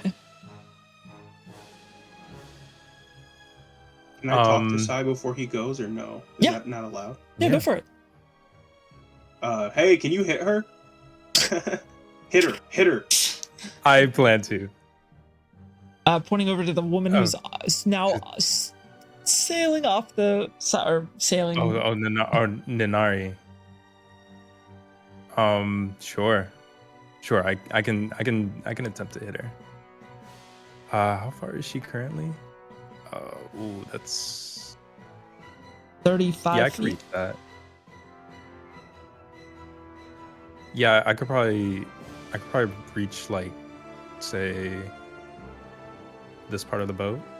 Yep. Yeah. That's under 30 feet. If you are willing to do that, he will get an attack of opportunity on you as you go by. True. But if you're willing to do that, go for it. You think I'd be able to, like, shoot my crossbow from where I'm at? Yeah, if you like round him a bit to like right here, not leaving combat or not leaving melee, but you would have line of sight from here to like here on her. Okay. So yeah, if you wanted to just go around slightly, then yeah, that would work. Okay. Yeah, I'll go around slightly then. Okay, yeah. Firing at her. Yeah, I'll pull out my my light crossbow. Okay. And fire at Ninari. Hell yeah. It's a 13. 13 hits. Okay, cool. Yeah, roll damage. That is an 8. 8 points of damage. Yeah, as you sheath your longsword, I'll say that that's a bonus action to like sheath a longsword and pull out a light crossbow. Okay. So you won't be able to like reload this turn with your bonus action, but you can certainly do that next. You sheath your longsword, pull out your crossbow, fire, and as she's jumping, gets caught. Where'd you catch her on the with the whip? I'd prefer it to be the leg so I can kind of turn her around a bit so she's sure with the leg. A little off balance. With her leg, you sort of see her start tumbling, and with the 13, you catch her directly in like the upper arm, and as the bolt just pierces through, and she screams with this like this gnarled mouth that she has. 8 points of damage to her. That was bonus action, some movement. You don't want to move anymore? No, I'll stay here.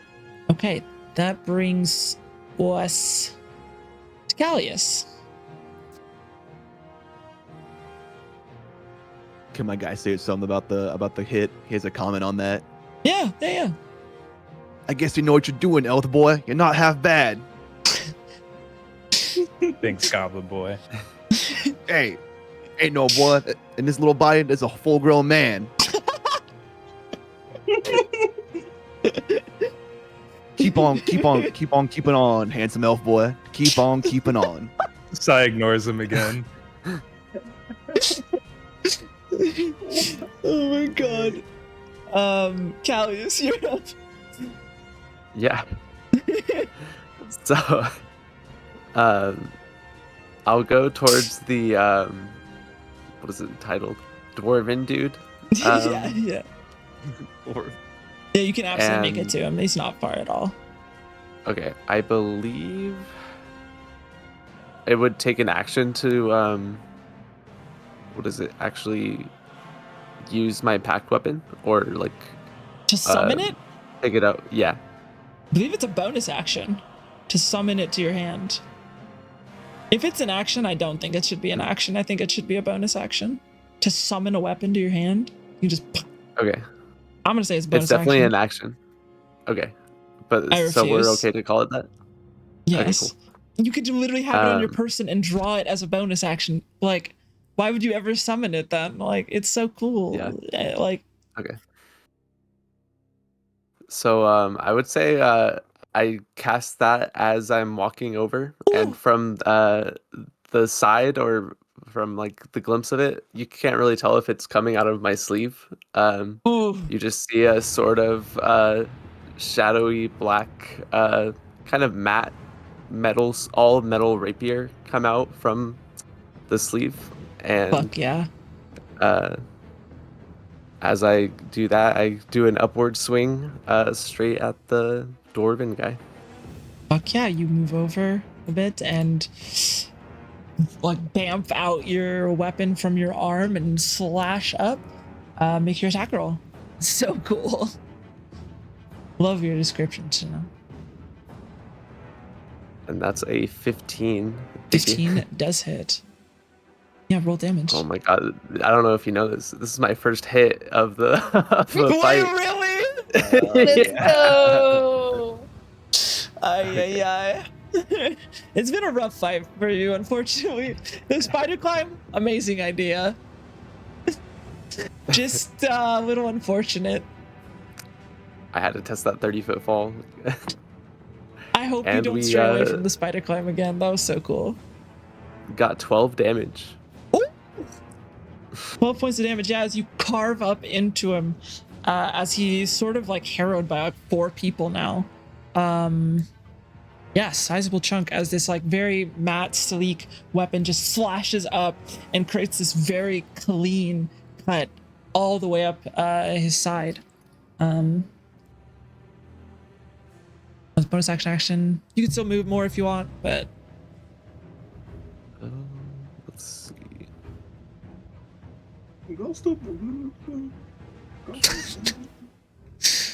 I'm gonna go more toward just, I guess, towards the wall of the ship, like, just by this cannon. Yeah. But not like to the actual wall. I'm not trying to get knocked off. yeah, sounds good. That brings us to his turn. The dwarven, right? Is that correct? Yes, that is correct. Now, he has not, he was going to, seeing that as he's surrounded, he's going to scream out as well. Everyone in 30 feet, which I believe is everyone on the ship. Can I have you make a wisdom saving throw for me, please? As he screams out and it pierces your mind. I will say Callius and Ed are unaffected by this, however. Edboon 5. and Callius, you guys have already been affected, so it does not have an effect. Who got below a 13? You are 15. muted, Ren. Oh, you're not affected, Oh. Edboon, because you've already been affected by the scream, so like you're more like you're almost not used to it, but like Okay, Yeah. I like that. I won't argue that. 15 would have succeeded anyways. All of you were muted though. I didn't hear what you said. I'm muted. Oh no, I was just like opening my mouth in disbelief to Oh. how unlucky I am when it comes to these fucking die in this What goddamn website. Wait, what'd you roll? I got a Yeah. 3. Wisdom is like Three? my highest fucking my highest skill. I got a fucking 3 on the dice. The Wait, on the fuck? saving throw? Oh, on the dice. Yeah. Oh, plus like 5 or something. Yeah, but still, I'm fighting. Who made this site? I don't know. D&D. Wait, oh, shit, I We're forgot gonna my find camera. out. What did everybody else get? So we had a 8 total. How do Got a I 5. roll a saving throw? Do I just It's at roll the top wisdom or? left. It's below like your main stats. It's like Yeah. below to the left. There should be a box that's a saving throws. There should be 6 stats in it.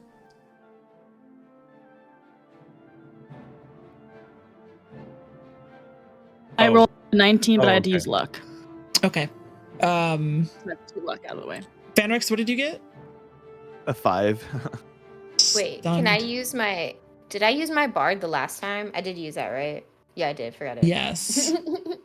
And then Lunaris, what did you roll? A 23. Not stunned. Dang. So Sai, Ren, and Fanrix. You guys are stunned until the end of this guy's next turn. Ah. As Can a- my guy have a reaction to it? Yeah, you can. Stunned kind of means like you're in like the stupor and you can't like do anything, but you're not like paralyzed. Oh, okay. So you could absolutely like scream out or whatever as this like voice pierces into your brain and like echoes throughout. Ah,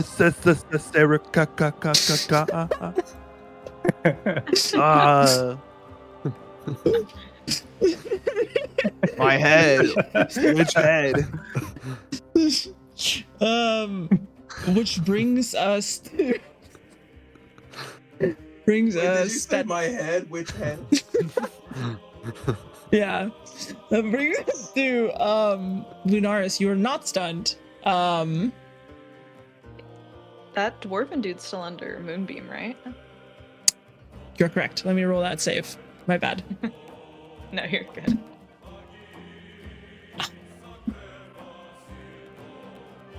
Yeah, full damage. Oh, only a Ooh! 3. Wow, you've had so many good rolls. That's like the I first. know. That's okay. That one's really bad. Like, but still. Yeah, you rolled like a 9 total on this save, so it takes the full 3. Still burning away. Can't really move because he's harrowed by. Wait, Callius, did you? No, you have already been affected. Excuse me. Never mind. That's right. Still harrowed by Edboon and Callius. That brings us to. Oh, sorry, you didn't move your action. You still have your everything. Yeah. Sorry, that's my bad. Yeah, no, you're good. You're good. So I'm trying to think. So she has what, like a remaining like 15 feet to go down the ladder, something like that. 15, 20. 5, 5. Okay. isn't it? So Or is it 20? Sure. It might be 20. I don't remember now. We'll say 15 feet, which would be your full movement. I don't know. I'll say you can get to the bottom. No problem. Fuck, I don't remember. Okay. Okay. Yeah, let's just say she gets to the bottom. And then so once she's at the bottom, she's pretty close to everyone, right? Yeah, so you would have basically gotten off like there. You just would have stepped slightly off the ladder. But yeah. Okay, gotcha. So I think we're just gonna. Well, actually, I think we're gonna keep Moonbeam there because Nanari's falling off the side of the ship, right? Yeah, Slowly. but yes. Eventually. Yeah. I don't think I could do much to hurt her from here. Yeah, so I think we're just gonna keep it there. She gets to the bottom, and Lunaris is still looking at Marcus's remains, though.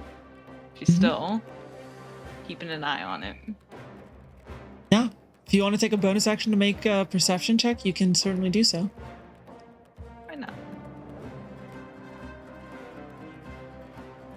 Oh my god. Yeah. Not feeling very perceptive. And It's a you look 6. over, can't see anything in particular besides, you know, obviously the corpse of this man.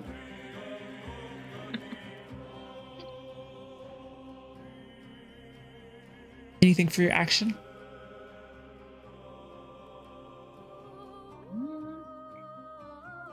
Maybe we could cast. Let's see. Am I within touching distance of anyone? That's the real question. Ally or enemy? Yes. The Ally. answer is yes. Ally, yeah, you could be touching Me. Edboom or or Sai. Ed Boon. Okay. I think we're gonna cast. Let's see.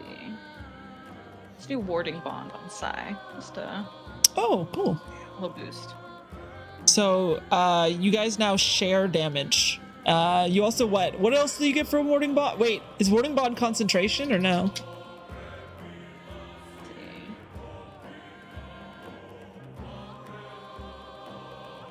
Nope. Nope. It's not concentration. It's just a duration of an hour. So that's +1 bonus to AC and saving throws, resistance to all damage. And then we share damage. Yep. Yeah, sounds good. So if you take damage, it gets halved and then split. Or not, it gets halved and then both of you take that. Yeah. Yes. Okay. You feel this sort of like protective energy aura sort of surround you, Sai, and then you like look to your right, I guess it would be, and see or I guess you were actually facing Lunari, so it would be your left, and see Lunaris's hand on your shoulder as she casts Warding Bond on you. Chin up that I give a shoulder. quick nod to Lunaris. The buff. All right, that brings us to Fanrix. Fanrix, your brain is racked with this like pain and confusion, and you are stunned for the entirety of your turn. Can I go? Yes, absolutely. You that's a free action. Going is a free action. That brings us to Ed Boon. You are up. So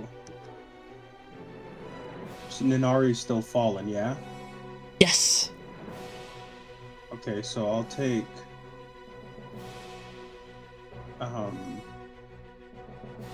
what's the distance between how far can Rudder move to the west? Do you see? Well, I mean, like, what's the max distance? Like, where am I if I move the max distance to the So left? it's like it's about like this. You see along this line? Get you about there. Somewhere in that range. What if I move more up? Can't, because I can move 15 feet, it says. Up like to the Like port of the ship? straight up west. West. Like this way? Yeah. You get right here. Straight west would take you right here with 15 feet, I believe it was, right? Yeah. Yeah, it would take you right here.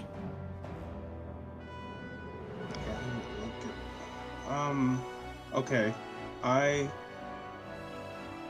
Well, I guess I should do this first. I'm going to pull my crossbow, Ed Boon's crossbow out. It has 80. The range is 80.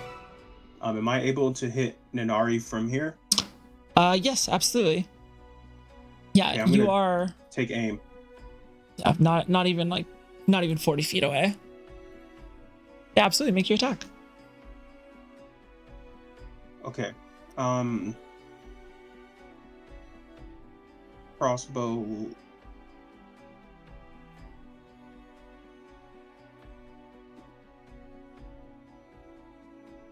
Seven misses. As you go to fire, it just goes wide. That like shriek, even though it doesn't pierce your mind, it's loud and in your face.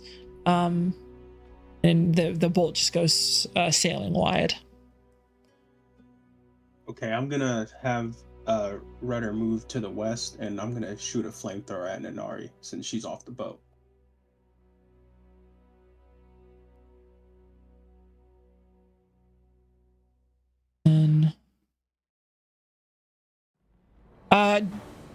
forget, did we talk about that you can do each of them? Yeah, I guess yeah. Because it wouldn't make any sense otherwise, I feel like. So yeah. Since she's off the boat, yeah, go for it. So it's, what is the save for me?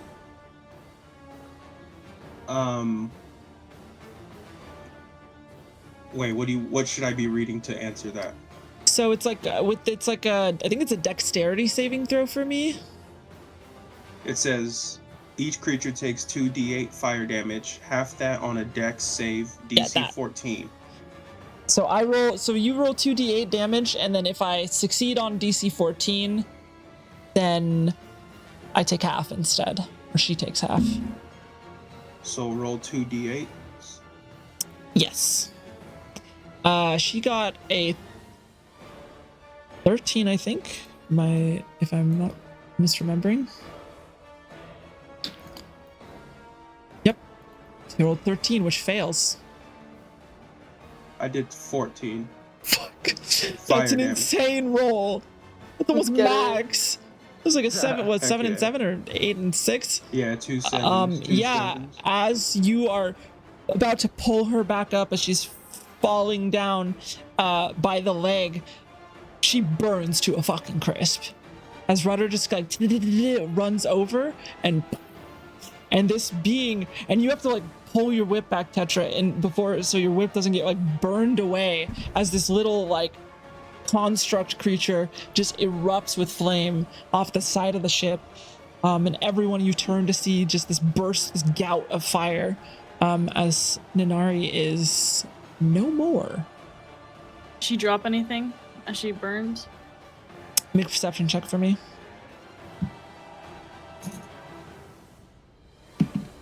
Bitch. Oh, wait. That's what I said to her.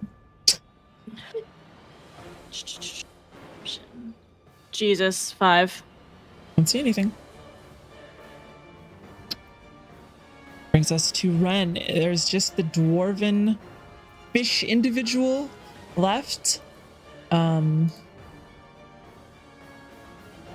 What would you like to do, Ren? Or Ren, are you stunned?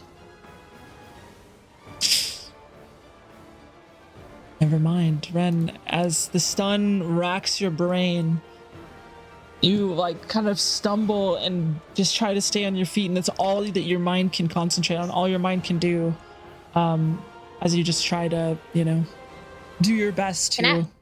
Can I also have like a really angry face on while I'm doing that? Yeah, of course. She's just like pissed. She's just pissed as fuck. Like, yeah. That brings us to top of the round. Tetra. I almost said Sai. I almost did it again. Tetra. Oh my god. Okay. Well, he's just looking gonna move fairly rough. over here. Yep. Actually, I lied. How this way. dare you? Sorry. Metagaming. I'm gonna move right here again. Okay, yeah. Do I still see that? Did I see what he dropped? That shard? Did he drop the shard when he died? Make a perception I'm check. running over there. Oh.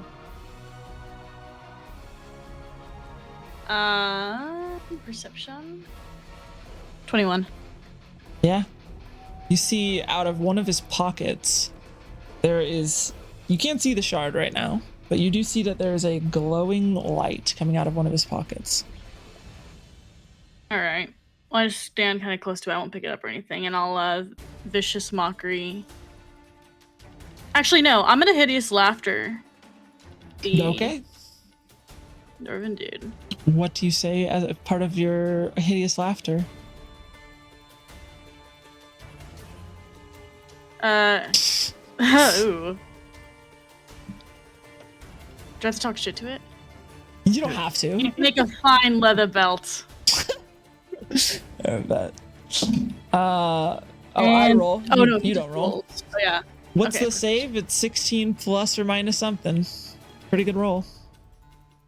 Mine's my wisdom saving throw. Wisdom saving throw. He has a plus 3 to that. So that is a 19 total. Wait, but if I... Oh, no. What if you're trying to do like a luck or something? No, because that's for me, right? Yeah. Yeah, okay. I mean... Yeah. He just like, he looks over at you and like almost does like a massive tooth like hiss at you as his like these like the mouth flaps that like sort of flare open, almost like a... Okay, can I bardic inspo Ed then? Yes, absolutely. All right. Is Jewel did he again? Yeah. That brings us to Sai. Sai, were you stunned? I was stunned, yeah. Still You stunned. spend until the end of this guy's turn, which it brings us to Callius. Actually, see if he gets a turn. Yay. Yeah, I'm still in melee range of dwarven dudes, so Yup. I think I'm gonna just get into another sword-like stance and instead just drive it into the chest of the monster. Hell yeah! Make your attack roll.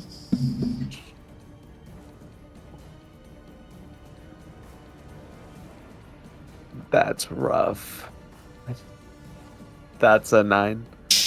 Yeah, 9 misses as you stab forward. He just sort of like, very like deftly and quickly sort of just dodges out of the way of it, like almost like, I don't know, like a pirouette backwards. I'm using that term correctly, who knows?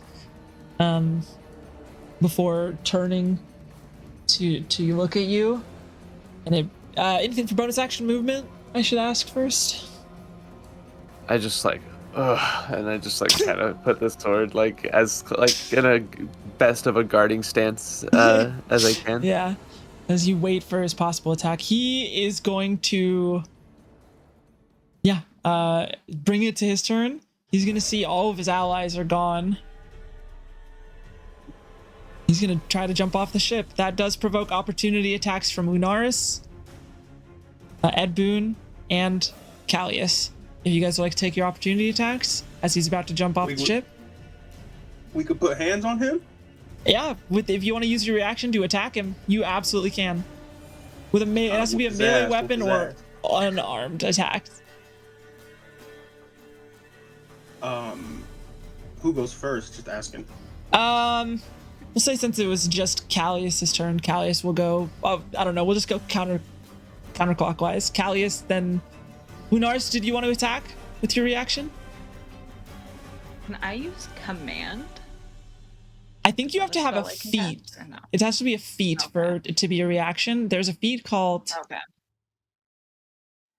I can't remember what it's called, but there's a feat that basically if someone leaves your melee, you can cast a spell on them. Gotcha. So I think it has to be an attack.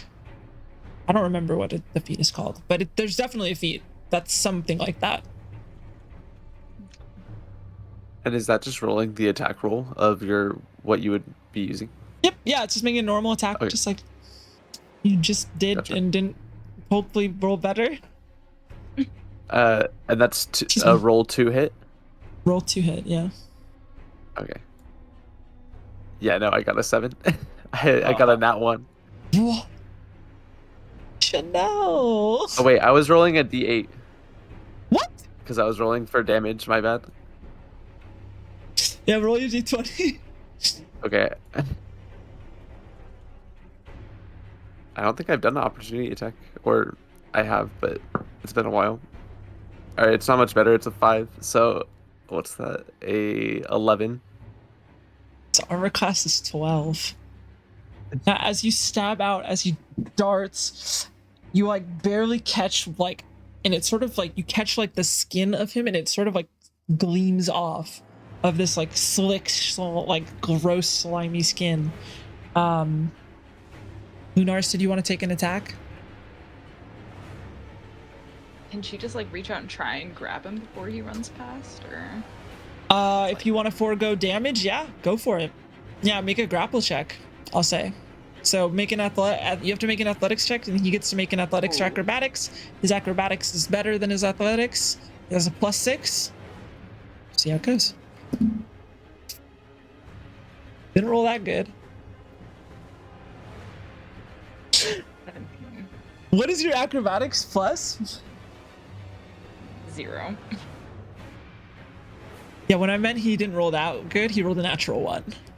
I think he's rolled 3 natural 1s, actually.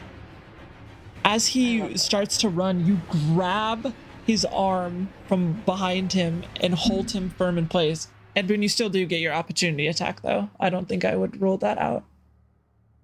So if you want to attack with a melee weapon, you certainly can. Are we allowed to know what type of damage affects the enemy? You could like.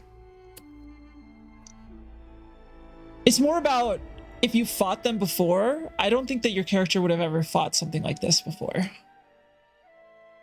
So it's more about trial and error and seeing what kind of works. But then, like, if you guys have fight one of these in the future, and you're like, let's just say, for example, lightning is really effective. Okay. Then you could be like, oh, well, they were really susceptible to lightning, so I'll use lightning. But as of right now, you don't know. I'm gonna use my hand axe. Okay, yeah. So Absolutely. do I need to do a hit DC? Yep. Okay. 11. 11 is just under armor class of 12. The Bardic. Oh, you have Bardic Inspiration. So you could roll a d6 and add that to it. Which is what Tetra gave you from earlier. Man.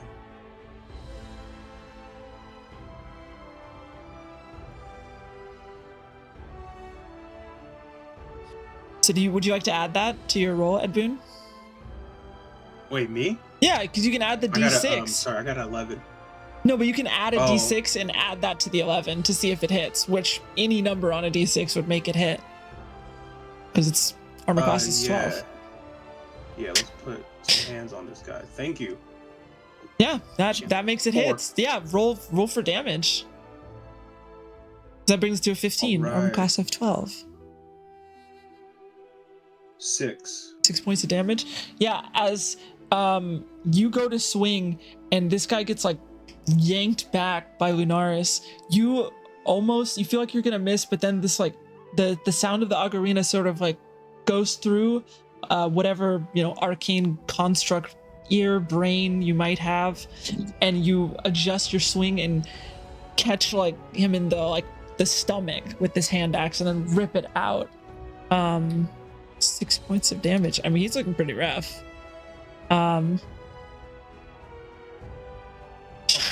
He's gonna use his action then. So then I looked at Tetra and I said, hey, thank you. Hey, what is that? Anytime. It's okay. So I swing on him. Yeah.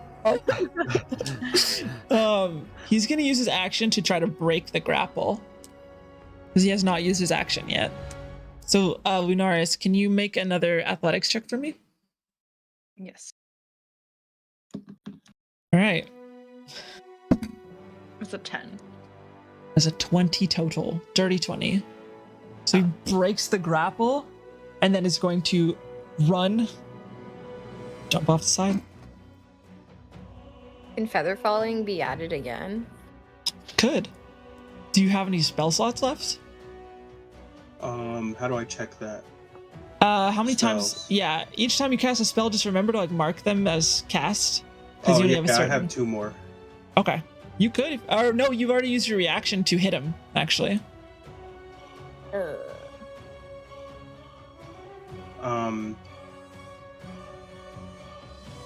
Damn.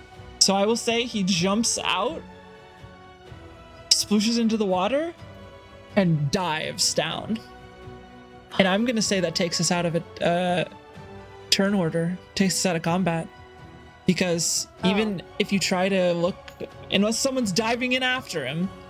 Okay, so Hell no. I not want me, to dive in personally. after him, but I want to wild shape into a creature that has the capability of diving into him, but I'm new to the wild shape shit, so I don't know a creature that's good at diving after him right now. All right, how high? Oh, druids. How high of the thing can you turn into? I think I'm 1. I could go up to 1.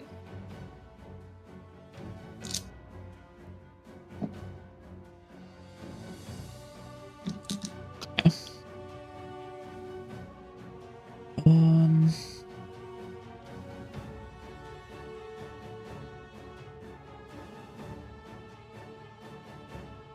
Let's see. Is there anything in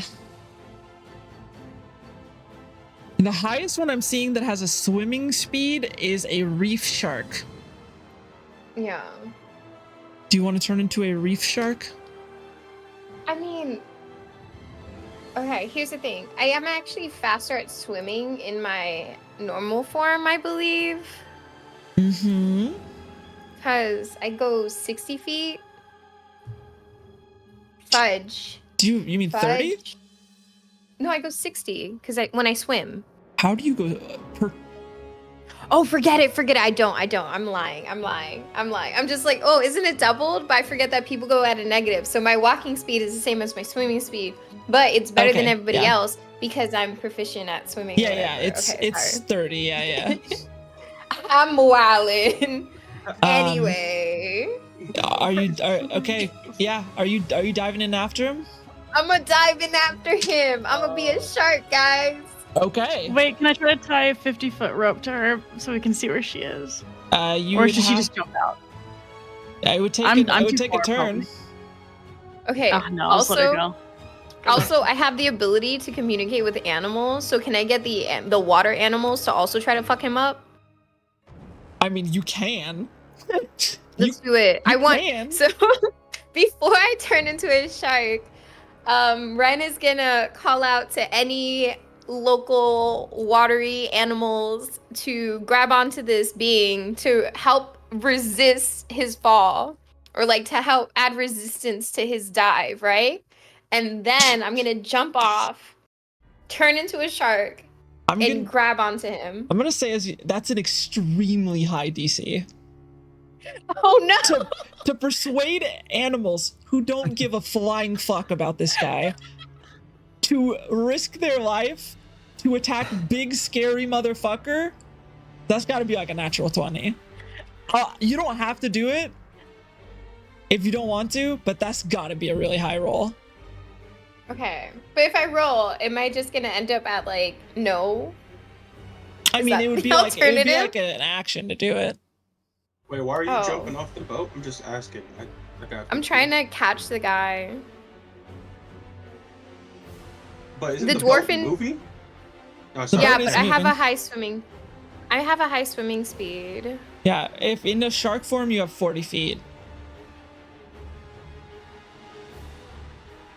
You have 40 feet of movement, so you're pretty fast. Yeah. Okay. So would you like to do that as your action? Turn into a shark and try to capture this guy? That's bonus action. He is... Okay. So basically what I'm saying is you can either probably use your action to dash to try to catch him. Mm-hmm. Because he's just gonna... Which you could absolutely dash to catch him right now. Mm-hmm. And get into melee. I'll just say that you're down over here as a shark. Can I use an action before she jumps? I would say that in a turn order, it would be because who just went? He went, so then it was yeah, you could, because then it would have been him, then you, then her. Do you want some guidance? I don't know what that is, but I'll take whatever you got. It says once before the spell ends, the target can roll a d4 and add the number rolled to one ability check of its choice. It can roll the die before or after making the ability check. Sure. Thank you. Jumping in. I'm probably just gonna dash after him and try to like bite his legs. Yeah, you'll get up to him. Dashing is an action though. Okay. Oh, so then I can't. So you wouldn't be able to attack, but you'd be in melee with him. You think And then he finna roll a can't 20? leave. Without If an he opportunity leaves- to attack. Yeah. Okay. Okay, so it seems good. It seems good. So yeah, dashing down, he gets about 40. So if it went 10 feet, then it would be he's about 30 feet just going straight down. Just going Okay, so I'm not straight gonna down. cast the spell. I just want to let you know that. You said what? Excuse me? I'm not gonna do it then. Never mind. Okay, I appreciate the help. And then you dash down after him, especially because you came from the ship. this side, yeah, that side of the ship. Heading down, you get into melee. I'm gonna say it is nighttime and too dark for unless any of the rest of you guys are jumping in after. I guess that's the last we'll see of her. I'm not jumping in. She don't want the help.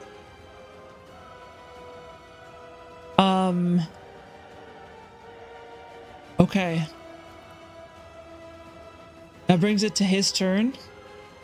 Seeing you follow this shark that's chasing, he's gonna unleash every attack on you that he has Oh goodness. before he then books it and runs. He's instead of like disengaging, he's just gonna use all 3 attacks on you. I forgot he got 3. It's got 3.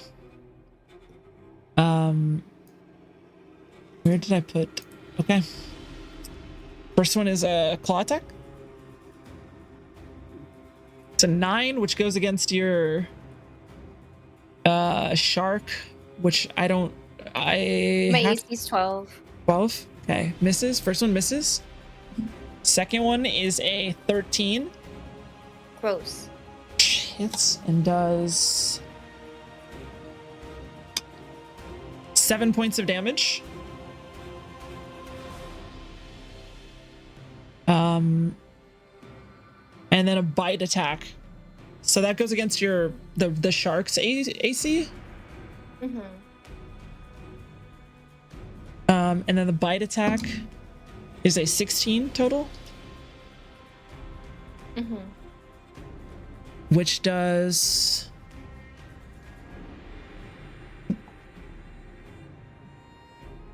oh, whoops, I rolled the wrong die. Let me change that. 7 points of damage. Okay.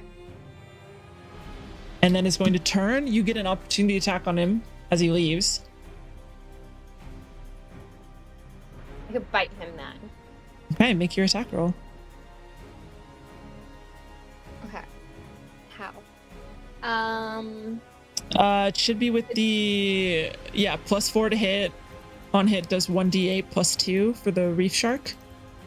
Okay, so I don't have to do +4 to hit. I just hit him, or do I still have to do? Oh, you +4 have to. hit? Yeah, you have to try to hit him still. Okay, so that's a D20. Yes. Thank you. Don't fuck me over, die. It was almost a 1. 13 +4. That Plus hits. 4? Yeah. Dope. Cool. Thank you. Okay, don't fuck me over, die. 1d8 What if I'm +2. trying to like get him to incapacitate him, but not to kill him? I could have you like do like maybe a medicine roll to like like because like as yourself, that's much easier to do. As a shark, little harder. I'm a shark. Because like knocking him Right. out with like a hammer or like the blunt end of a dagger, much easier than like teeth. My teeth. Yeah. Okay. So I do 1d8 +2. Yep. For damage. Yep. Be better. Be good, die. Be good. Okay, 6. Because I'm doing 4 +2. I picked- 6 points of damage to him. And he's gonna like go down 40 feet, just straight down. Oh. It comes to your turn if you want to keep following. He's rough, but he's not like on death's door yet. But he's rough. If he's not on death's door yet, there's a possibility that I'm just gonna get abandoned by the ship by the time I come back up. So I'm gonna choose to swim back to the ship. Okay. As you start swimming And- back to the To this ship, you crew. hear this screech echo out throughout the water. It's muffled, but you still recognize it as its own. It does not affect you, but you hear it. Can I make a comment? Absolutely. Fenrix looks at his crew. I don't want to be the bearer of good news here, but I don't think she's coming back. Good news. What? Wait, what? Everyone looks puzzled. What? Why y'all giving me that confused look, man? I get it, we just almost died, but come on, laugh a little. Tetra's laughing. Who's that? I'm Who's that laughing. swimming out there? Yeah, and you resurface as have you dropped your form yet, or as the shark? I'm gonna wait until I get entirely close to the ship, like within distance of the ladder, so I can break form as soon as I'm on the ladder, basically.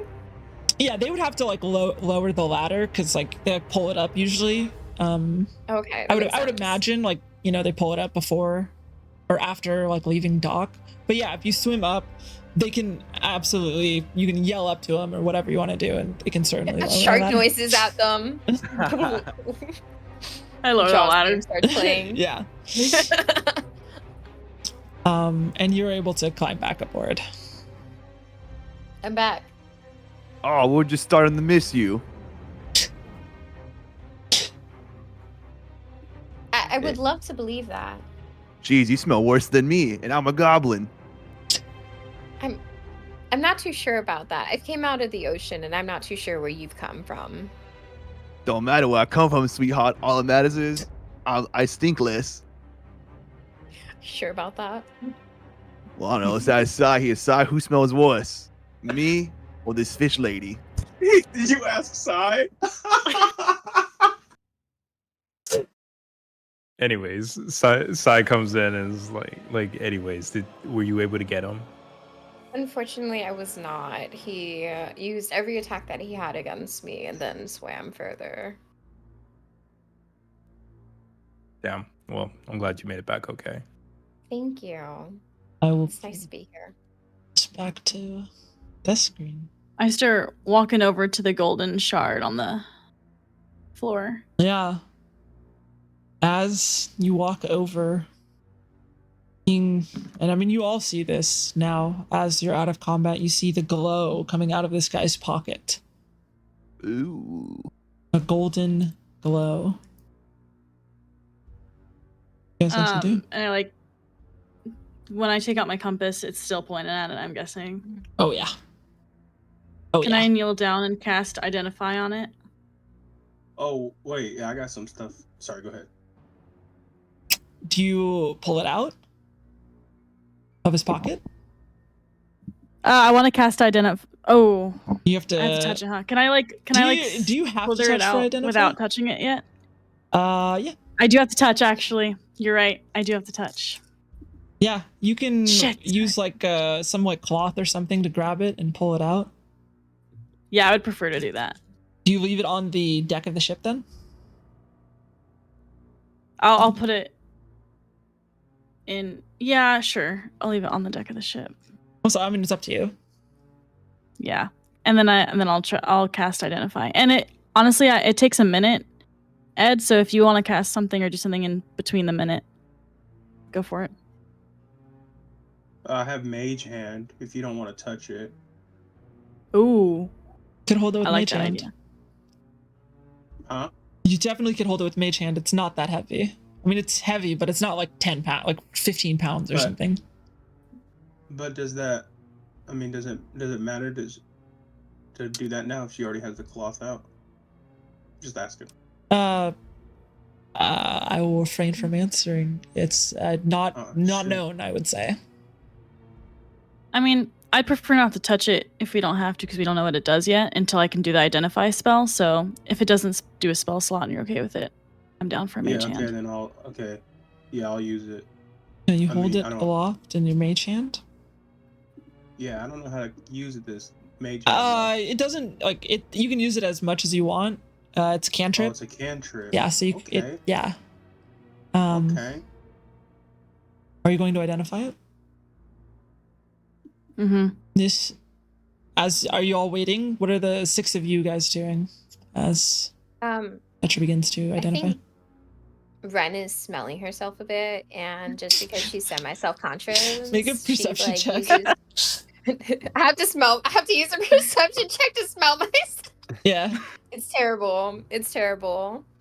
Smell like the I got a ocean. 6. I mean, yeah, you smell like the ocean. You smell like seawater. That's really about it.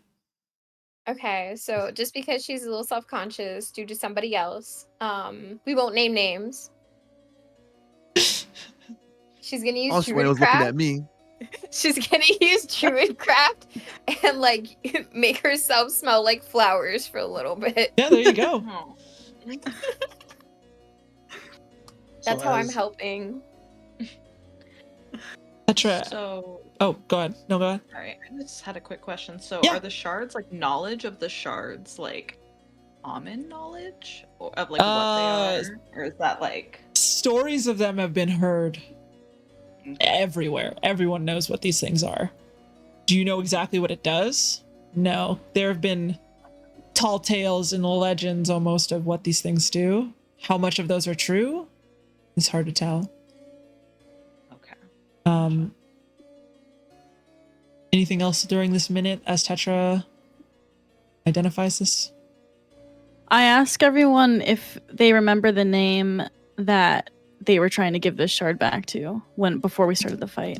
Specifically like Sai and Ren, who were nearest to me when he shouted that. No, I don't remember. You can make a history check if you want. Okay, yeah. That I'll do was that. you three. Yeah, the three who were close to him. You got 15. 4. Tetra, what'd you get? Let me look. Oh my god, my history's so good. Dirty 20. On the 15 and Dirty 20, he said Garaksa. I can spell it in our Discord. Garakza. Oh, I'm dyslexic. And- That hurts me. Yeah, sorry, it's a lot of A's. There, it's in there. Thank you. If Yeah. no matter what you roll on history for that name, that is not a name that is familiar to anyone. Yeah, okay. Even me being wickedly aquatic. As you identify it, Petra, this is indeed a light shard of medium size and power. And as you guys are sitting here, can I get who has a passive perception over 15? If anyone does. Over 15? What do I see? How do you Nope. know? Passive perceptions under saving throws on the left. Over 15? Yeah.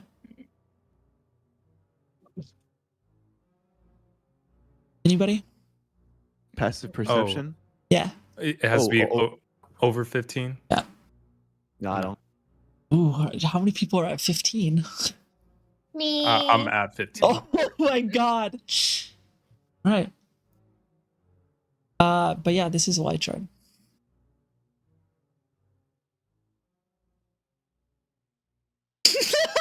That fucking face you made. I'm not doing anything. Okay. I look to them like this is indeed a light shard. There's only one known one that archaeologists and scholars know about, and it's aboard an independent ship. So this is a pretty rare. Can I? I will specify for that, just for your knowledge, Tetra. There are plenty in Ilithal and Kari, but they are under use or have been used or whatever it might be. Oh, I only have one in my book, so would she know that? Yes, but Oh. it would be like, do I want to mess with the military type of deal, like an army has used these as powers. Yeah. Never mind. So what exactly is a light shard? Light shard is Can I want to. Oh, sorry. No, go ahead. I want to take it. From. It's my mage hand. Yeah, you gonna hold it? Yeah, you can hold it. I'll bring the hand back towards me. Yeah, are you gonna hold it in your hand? No, the mage hand. Okay, so it's hovering there with the light shard.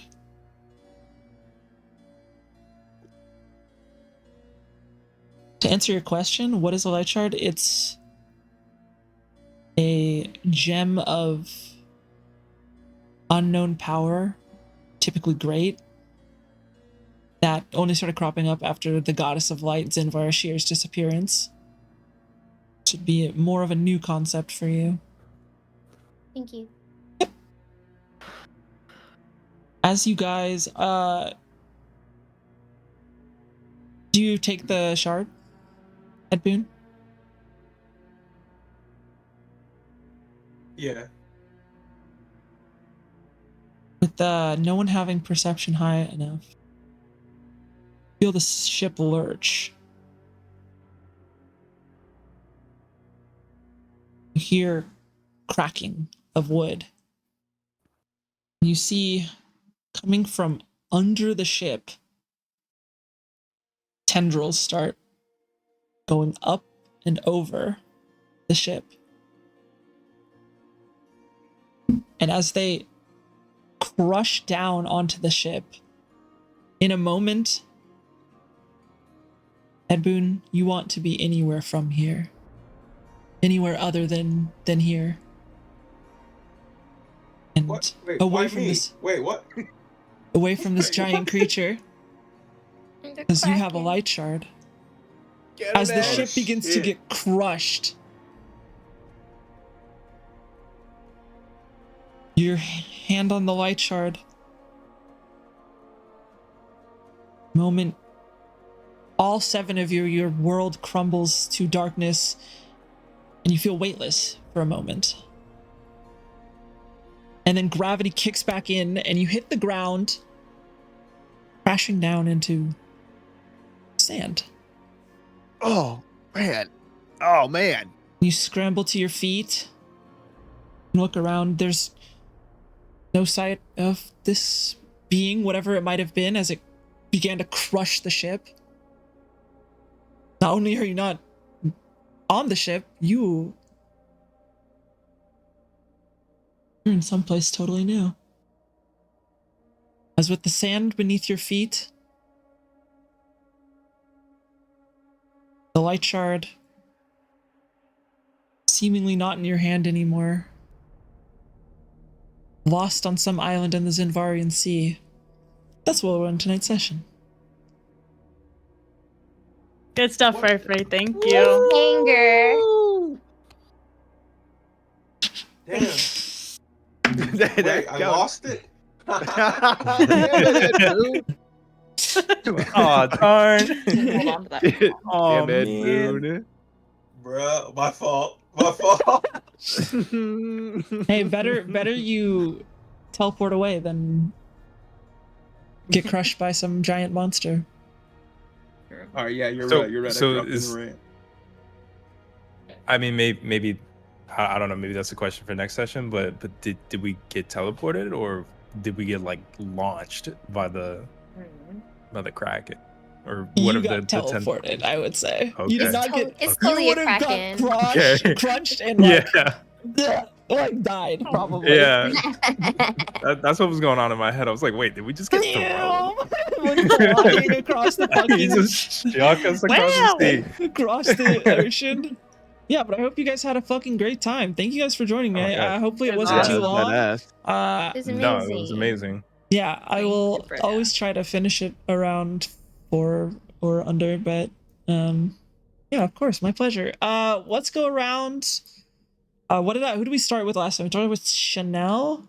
So, Alex here, super casual. Can you tell us about yourself? Where can people find you to watch you and whatever you want to shout out? I don't know. Yeah. The chicken you made last night. I don't know what the fuck you want to shout out. I don't know. I'm super casual. I stream on Twitch. You see my username, super casual. And Freya, it's been a pleasure being part of session 1. I I'm hope you excited guys for had more. fun. Frankie. Oh, I'm Frankie Beats. I stream every day, and I play a variety and bunch of games that sometimes I hate and sometimes I don't hate. And you should check out everyone here because everyone here are a bunch of killers and a bunch of legends. And shout out American Truck Simulator and shout out Creed. Hey, there we go. Yo, cooties. Chief Cooties. I don't really stream that much anymore, but maybe I will sometime. I chat more than I stream, I think. Hey, I hope to catch one of your streams at some point. Anyways. Kiwi.